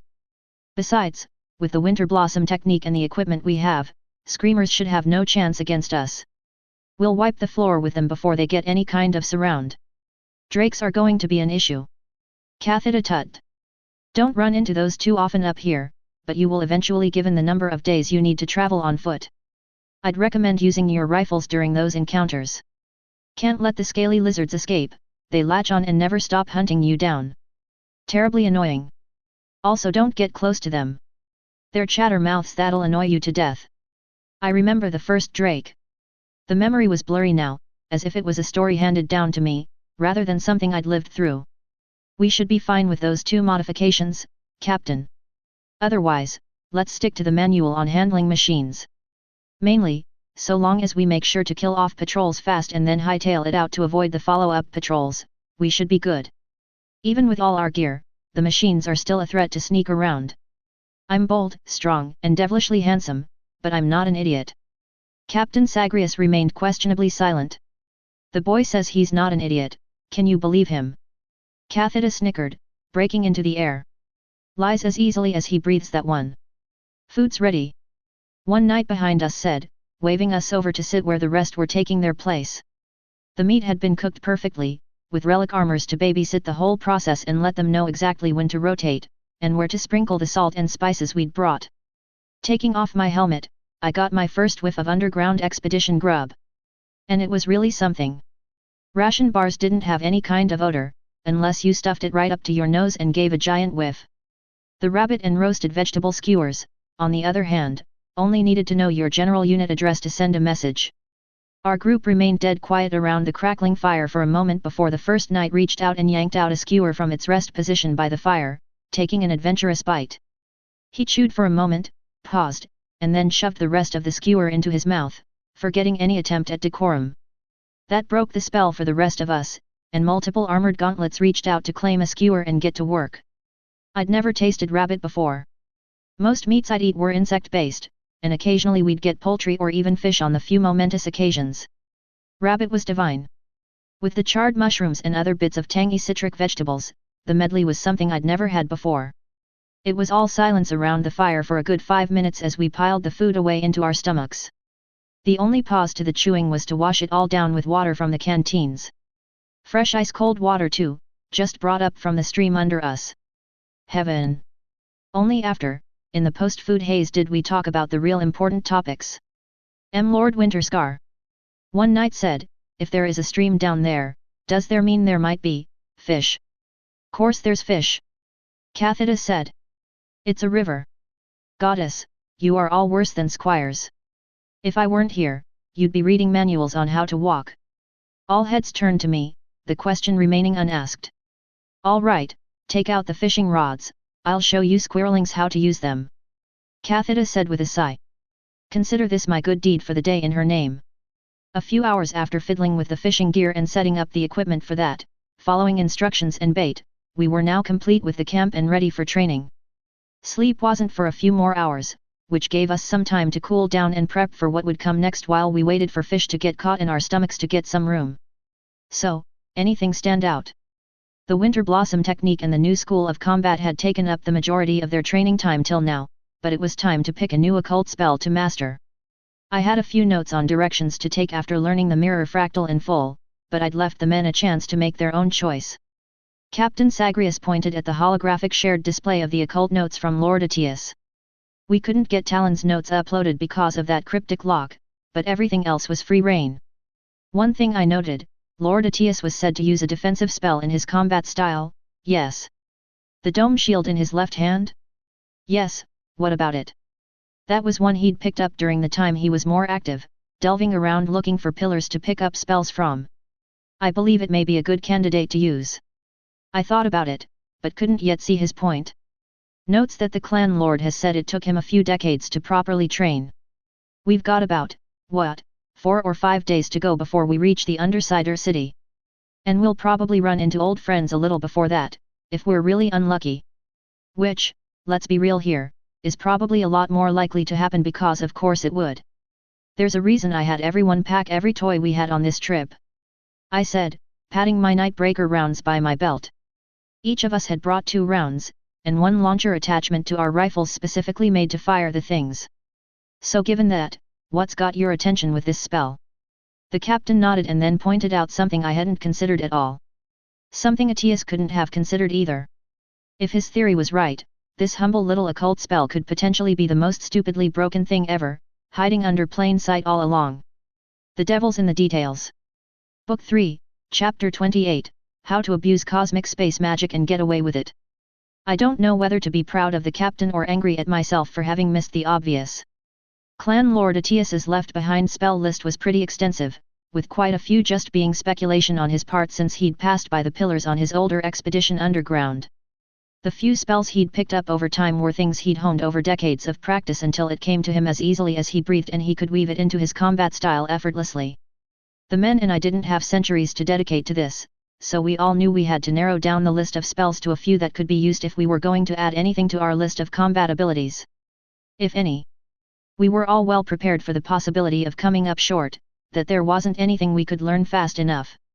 In which case, the Winter Blossom techniques and new school of combat we'd trained will have to be enough. It was a matter of time before Tuekar and his minions possibly showed their face. And there's a reason I banned him from coming to any of my dinner parties. I had an advantage in that I wouldn't need to be fighting on top of casting spells, since Cathita could take care of the swordplay for me. But even while completely focused on just using the mirror fractal, I could barely manifest a part of my arm for a split second. The Lord Deathless had entire copies of himself running around for half a minute or more even, doing all kinds of swings and cartwheels if anyone made the mistake of giving him a single free second in between sword swipes. See, when I'd received his notes, I knew I had to be a specialist rather than a generalist if I was to get even a single spell up and running by the time I might need to use it. So I'd leafed through the list of abilities, tunnel visioned on the mirror fractal, and spent all my free time training that one since it seemed to have the most potential. Why? Because a sudden massive increase in the number of occult blades flying around was too big of an advantage to simply sit on. I ignored the more humble and down-to-earth spells, not realizing just how practical, and downright abusable, they really could be mixed in with our set of unique advantages, until Sagrius sagely pointed out one obvious spell to his eyes as a candidate to look into. Something he could make use of, even in the middle of combat. During the clan lord's fight with Tuekar, he hadn't used a second sword to fight with. Instead, he kept his left hand free, in which he'd manifest an occult barrier of sorts. Atius mentioned it required a free hand to use and would draw upon willpower to block hits. Here, the limiting resources wasn't skill, manifesting that wall of occult isn't the hard part according to the notes, but rather sustaining it was. And that he could only summon it on his left hand after practicing, but he'd seen other deathless use this in different locations, popular places being arms and such. Sagrius simply asked, what prevents us from using multiples of this spell, in different locations? One idea spiraled into another, and that got our group brainstorming just how we could end up walking occult tanks, completely immune to everything by sheer stubborn desire to be as annoying as possible to the enemy. I have no idea how such spells work with the deathless, but we had our hands on the actual fractal itself, so we got it edged out on a spare plate of metal. Holding our collective breaths, I brought up the test plate and held it aloft. Journey, put an electric current through this. My armor did as instructed, and the fractal lit up occult blue. A dim constant thing. Did it work? Sagrius asked. I don't see any effect. Try punching it. I asked and held it in position for him. He shrugged, took a short stance, and tossed an experimental punch. The hit struck against an invisible dome. We all gasped, cheered, and proceeded to win every fight that ever came after. Just kidding. Nothing happened. The occult dome looked invisible, because it hadn't manifested at all.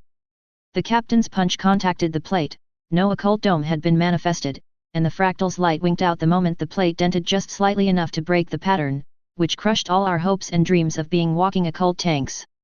There's no luck for the wicked. So we had to go right back to the books and figure out what we were missing. Namely, that all deathless spells seemed to require the soul in some way to connect to the fractal. Only Talon's basic fractals needed electricity running through to work. But since Atius didn't have the occult sight, nor was he aware of anything to do with the soul, he never mentioned it in his notes. It was like Deathless got to skip the whole soul part of the equation somehow. On the other hand, they were limited to a number of spells and could only swap around at a pillar. Meanwhile, there didn't seem to be any limit for us, so long as the physical fractals were etched somewhere and we'd had a soul tendril spread out enough to reach it. It took us an hour of playing around before we made the discovery of how to properly make a soul tendril work with the fractal. And only after that, did we understand what he meant by willpower needed to power the stupid thing.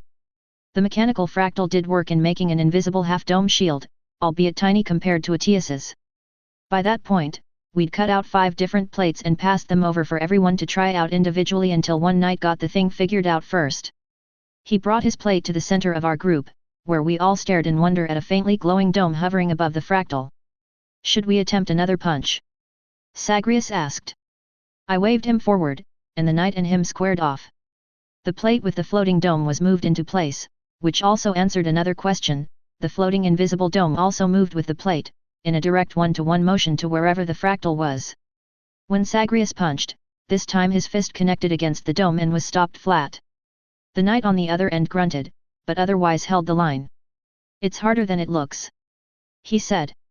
Feels like trying to lift a weight. Nothing I can't keep going, but deceptive still, Lord. I nodded, motioning him to bring the plate over. Let's sprinkle some dirt on top to see the dome better and get some measurements. They did as asked, and what I found out basically gave me a heart attack.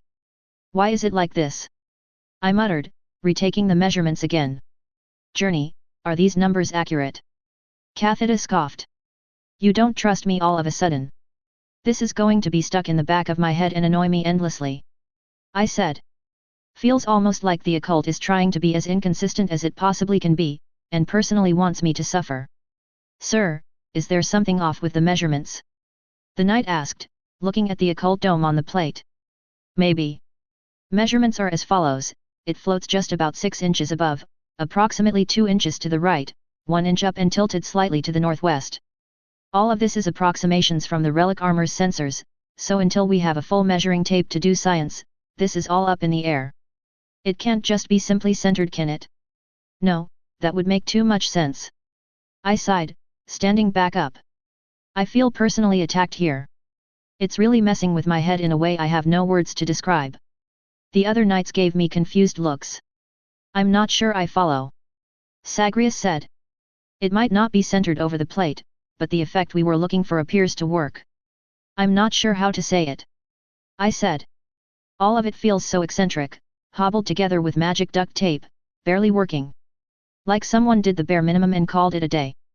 I assumed there were variations of this fractal that would fix all these strange deformities, but experimenting with it got absolutely nowhere.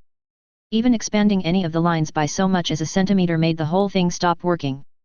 I needed to find out a way to decode the equation that generated the fractal and work from there. At least that's my running theory.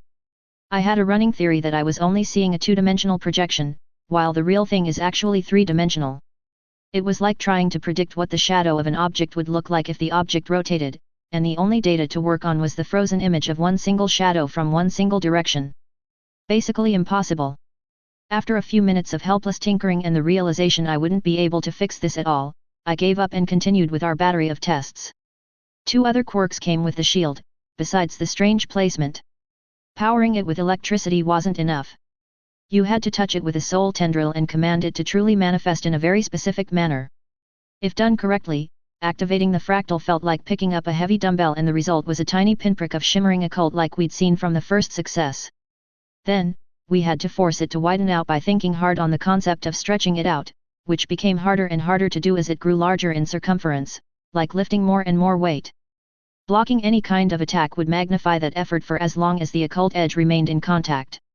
Similarly, the shield seemed to slice through anything it appeared inside of, like a discount occult edge that triggered once. That's going to have some nasty applications in the future once I've got a full workshop and minions to boss around. As for finding out the limits of that spell, that part was easy. We simply pounded at a loose sheet of metal with that fractal active until our occult blades broke through the spell and cut the metal. All good family fun around the campfire, playing with eldritch mystical magic that mocked common sense in a personal quest to piss me off. The occult shield wasn't invincible, and it took the mental wind out of the user, leaving them a little scatter-minded and unfocused when it finally broke. So we concluded that this made for a good final layer of defense. If the relic armor shields failed, there were still a few extra hits that could be mitigated. Not a great first layer of defense. If the shield broke, the user would be left mentally fatigued, and that might cost the rest of the fight. The number of hits a shield could take changed depending on the individual. Naturally, all my knights could manifest a much larger shield than I could and block a lot more hits with it. Show-offs. They'd spent a lifetime training and were well familiar with pushing past their limits. Zagreus was nearly twice my age, and he hadn't ever put the sword down since he'd picked it up as a kid. Atias's notes mentioned that willpower was used in a lot of different occult spells, not just the buckler. But, like all the occult so far, the answer ended up being a cosmic shrug and dice roll. Even among Atias's pick of spells, each one required a different kind of input. Case in point, the fractal of mirrors required extreme imagination and focus, the dome shield spell required sheer willpower to overcome mental weight, and the arc strike, a spell that let Lord Atias swing an expanding arc of occult from his blade outwards, that one required strong emotions and a bit of time to power the thing. As it stood, this little parlor trick would require a few decades of mental training until the shield could be manifested at a good enough size, and still be able to block enough hits to be worth something. We had about 3 days. Give or take 1 day, depending on how often we camped. That said, we'd come this far, and Zagreus had a few suggestions that we still needed to really test out before we could rule this a flop or a success. And succeed, we eventually did. Now, out of all the spells Atias wrote down, how did we take this humble little shield fractal with all its many eccentric quirks, and come out with a cheat code when even the Lord Deathless himself hadn't been able to do more with it? Let's count our blessings, specifically the ones we had that Lord Atias did not. First, the Winter Blossom technique allowed us to move fast, really, stupidly, fast. So unlike the Deathless, Zagreus's argument was that we didn't need to resort to a large dome if we were fast enough to move the shield right to where it's needed. That would cut out years of training to widen the shield out. We could leave it as a tiny buckler and compensate for the rest. No bigger than the palm of a hand, while Atias's shield could stretch to cover a good meter in every direction. Second, Atias practiced and learned how to manifest the shield in his left hand, even going as far as to forego a second weapon just to make it easier for him to work with the occult shield. It took him focus in order to get it where he wanted it to be. We didn't need that focus to manifest the thing like he did. Even better, we didn't need to stick to one single fractal etching either. Anywhere we scratched out the rune, we'd have a shield on tap to use, so long as our soul tendrils could reach it in the right way. That left the number of hits the shield could take before the user was too mentally exhausted to keep it up, which admittedly we didn't have a way around. We tried layering the shields, but that made us mentally tired faster, for no real benefit. When one shield broke, there was no mental energy left to maintain the second one under it. And the second one under was wasted resources while the one above did all the heavy lifting. While keeping the size of the shield small would do wonders on increasing the number of hits it could take, this was the one part where we had to accept that getting to block over 10 hits would require some years of training. But that's still up to 10 more hits that would have ended someone's life. Practically a second relic shield.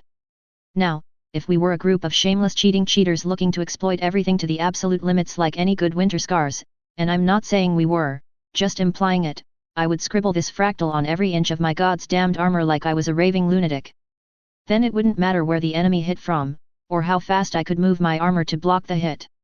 I could pop out an occult shield in any direction instantly. Was it overkill? Absolutely. Would it be a pain and take journey hours of work to inscribe them? Also yes. Would Cathita screech in horror and complain the entire time about how hideous it would look?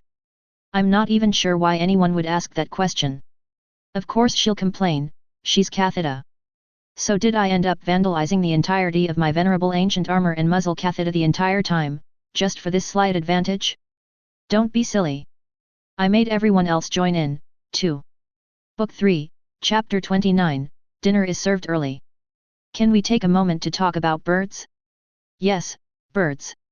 That strange mythical creature which supposedly defied gravity by flapping wings and feathers. Those animals. Clan culture is filled with references to angels and birds, mostly as symbols, but the only actual birds we have living and breathing are chickens, and those clearly prove birds can't fly.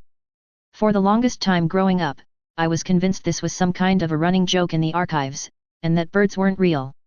Traders brought up older books filled with pictures of birds, some of them clearly soaring through the air and supposedly traveling at insane speeds, faster than humans could run. Some even said they'd come across actual birds on their trips to the Undersider cities. The entire time, I was beyond skeptical about it. I draw my suspension of disbelief at the notion that evolution could somehow finesse physics that much and get away with it. Tiny insects could do it, but they were tiny and nearly weightless. Animals can swim through water, fish prove it. Air is far too thin for any kind of heavier animal to just swim through air. Ridiculous.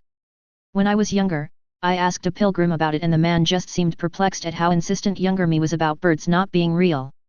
Yes, he confirmed, birds are real and they fly. No, he doesn't have any pictures or video to prove it. Why not? Because birds were a natural part of undersider lives to the point it's mundane to them. Do I take pictures of every pipe rat I see? No. So why would he?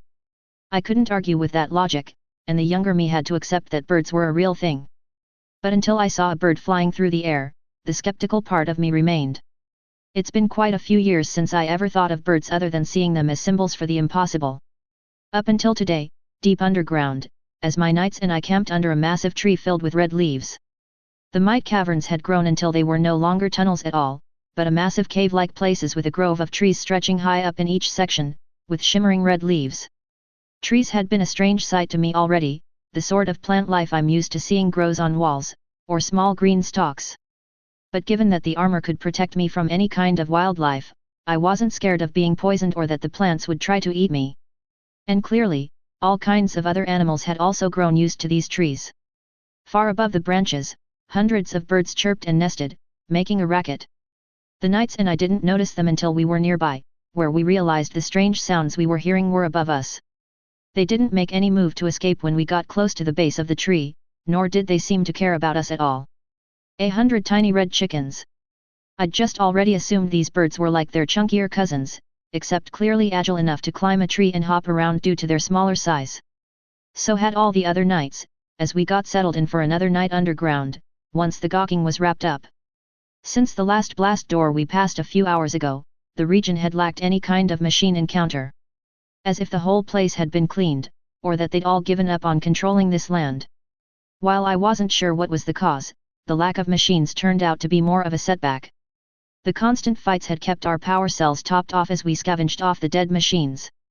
Not to mention those encounters had given the knights and myself some good hands-on training with the dome fractal that now covered our entire armors head to toe, making us look like walking cracked ceramic armors when the fractals were lit to life.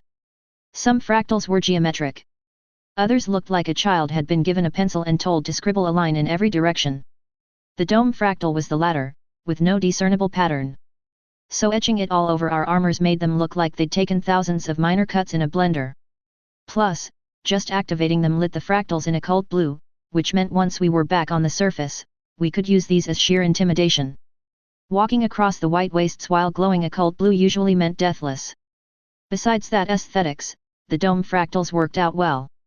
During testing, the user needed only to spear out a soul tendril into the fractal nearest to the oncoming attack and trigger it fully from the more dormant state. And with enough practice, we could have a few dozen soul tendrils stretched out across the armor, connecting to all the shield fractals. I always felt like my soul had a natural round shape while nestled into the soul fractal, and being stretched out, twisted up into the winter blossom technique, besides sprouting out a few dozen roots all over the armor, made me feel more like some kind of slime monster stuck inside the armor instead. The occult was really God's damned weird. But can't argue with the results.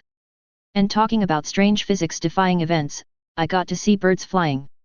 One moment, the group and I were spending time gathering materials to cook our meal, and the next moment, something spooked all the tiny chickens in the tree.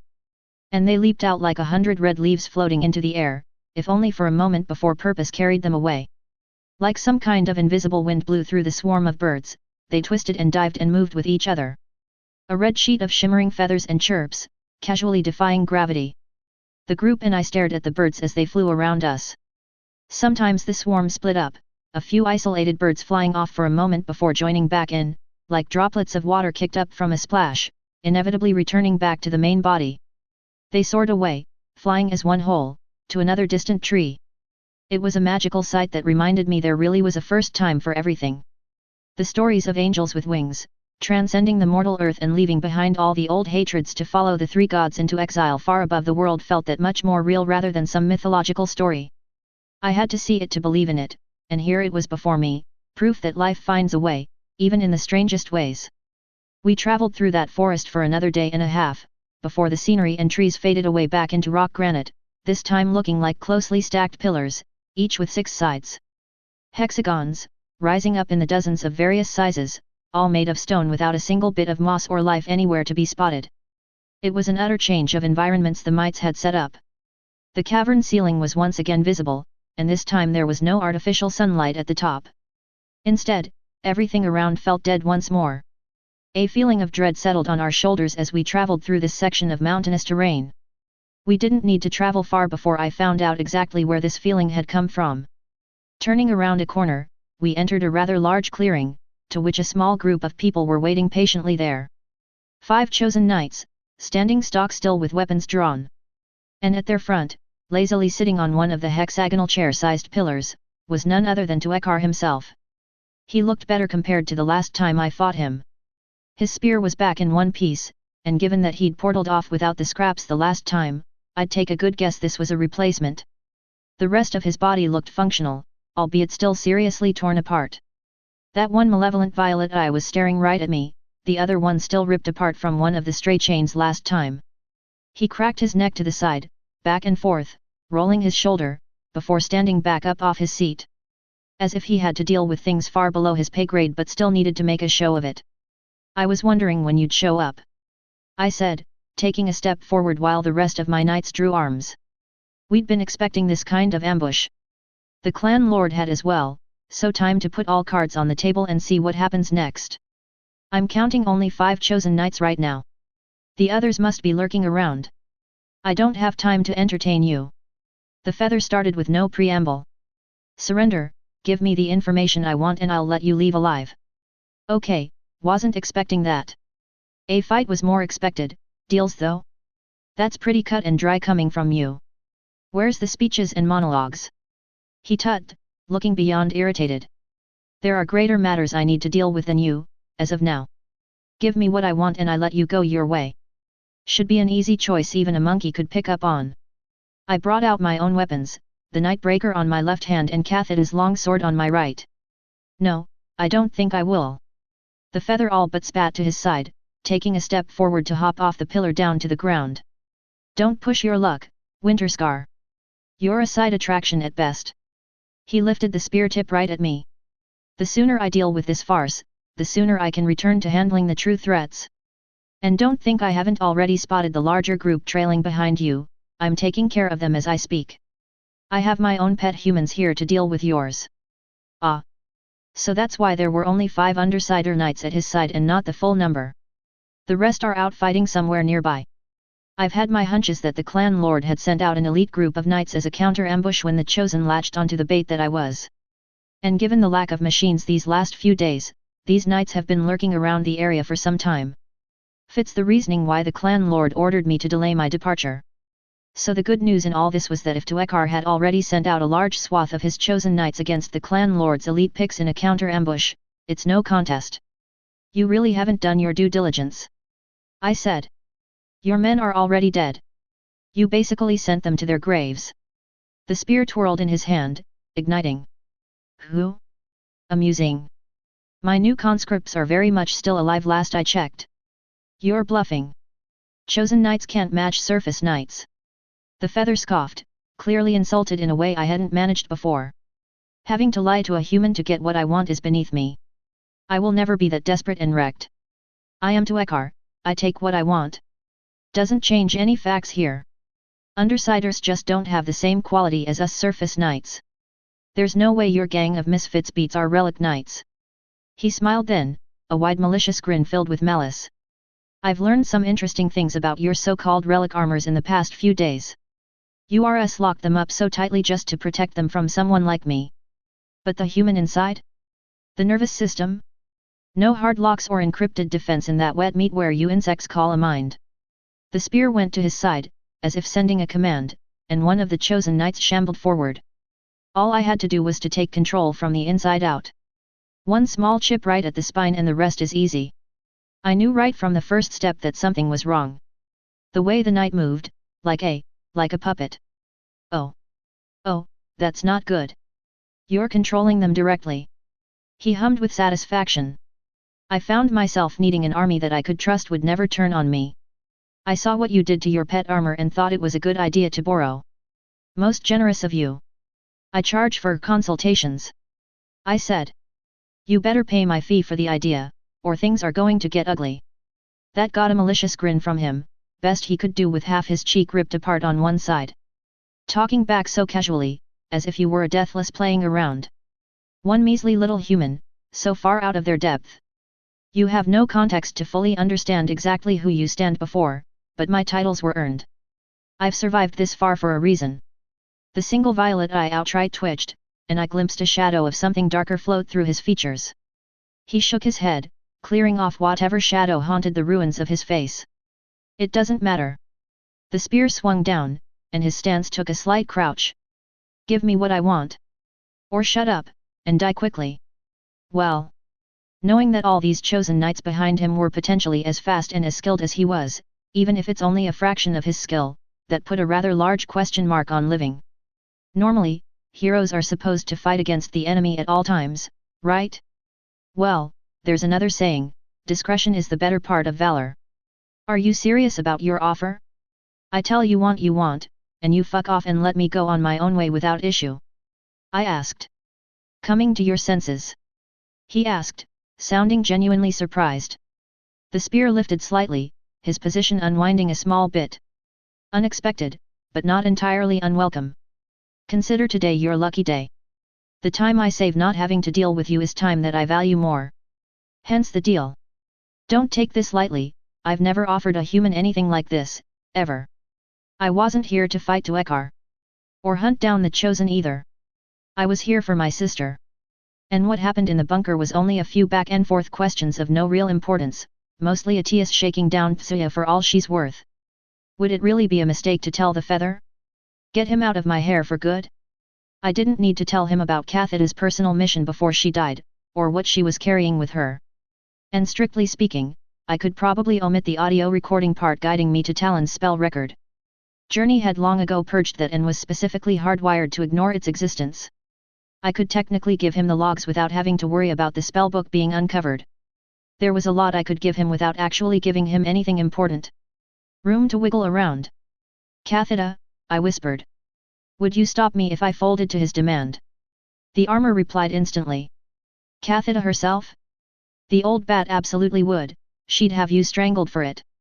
You're basically betraying the goddess, highest level of heresy and damnation, blah blah blah, all the gilded speeches and insults. Journey itself only cares about keeping you alive. It's rather hopeful that you do give up here, best odds of survival. But relic armors don't make decisions for their owners, they just deal with the fallout. You think he won't try to kill me? I haven't the foggiest idea on that, dearie. Neither does Journey. The scraphead does look like he's pressed for time and we're a roadblock with glimmering teeth. I raised my voice back up. If I tell you, what's to stop you from killing me after? The feather tut, spear lifting further up. Fighting you comes at an opportunity cost to me. One I'd rather not pay right now. I acknowledge you will take some amount of time to subdue. At least an hour or two, depending on how stubborn the lot of you are. Any other day, I'd have all the time in the world to play around. Not anymore. I wonder how far I could push this. So, I've got information you need and you can't waste the time trying to beat it out of me, He outright growled. You should note, Winterscar, I don't need you alive. Well, if you kill me, you'll never know what happened in the bunker. I answered back with a careless shrug. I think you should sweeten this deal a little more. Might jog my memory, who knows. That didn't do much to improve his mood. Kathida outright started laughing. Sagrius, my own god's damned captain, started to stare at me as if I had sprouted another head. Even through the visorless helmet I could tell. Lord. He said in a strained voice, impressively communicating an entire paragraph of panic in that one word. What? You forget what house you're a part of, Captain. I shot back, feeling a little betrayed here. I think you forget, your sister was in that broken down shell of a bunker too. Tuekar said she must have seen everything you have. I could kill you where you stand and still have a second chance at completing my mission, all thanks to her. The feather leaned casually on his spear. Family, Always the sword hanging over your head. Believe me, I know all about that. I'm here because you're the easiest of the two. Don't make me work for my lunch. If he thought that would rattle me, it completely backfired on him. It was like a weight had been lifted off my shoulders instead. Kedra was alive. Better, she was a harder target than I was, so she's probably in that undersider city with plenty of surrounding firepower to borrow from. The mission I'd come down here for was worthwhile. If you're so pressed for time, why not come back later? I said, calming down. I'll give you my business card even, we can catch up over coffee. You do what you gotta do, seems important, right? Were it so simple? He said, and I could tell he meant it. I am loyal to the Pale Lady, and completing my last objective will let me gain audience with her. She couldn't care less about anything, except for Tsuya. The spear flickered again in the air as he twirled it to point directly at me. And you so happen to have exactly what I need. How convenient. I turned to look at Zagreus, who stood wordlessly at my side. His own helmet met my gaze, slowly and with calm. No words were spoken, but somehow I knew exactly where he stood. If I chose to try and fight a god, he would be swinging a sword at my side. Maybe he'd complain a bit, but he'd be there. If I picked to fall back and retreat, he'd be there too, carrying me out if it came down to that. The rest of the Winterscar knights behind him gripped their swords, ready in stance for whatever order I gave. We had the Night Breakers, the new swords with matching techniques, and all of us covered our armors with the shield fractal. Each of my knights could take on at least 5 times the punishment a normal knight could handle with that single fractal alone. I had Kathita, with all her merged combat skills and my own spells as a sorcerer to supplement her. If all went wrong, we could even overclock the armor with the administrator permissions I had access to in a last-ditch attempt to win. A group of clan knights had clearly followed behind us, no doubt all of them capable of using the Winter Blossom technique.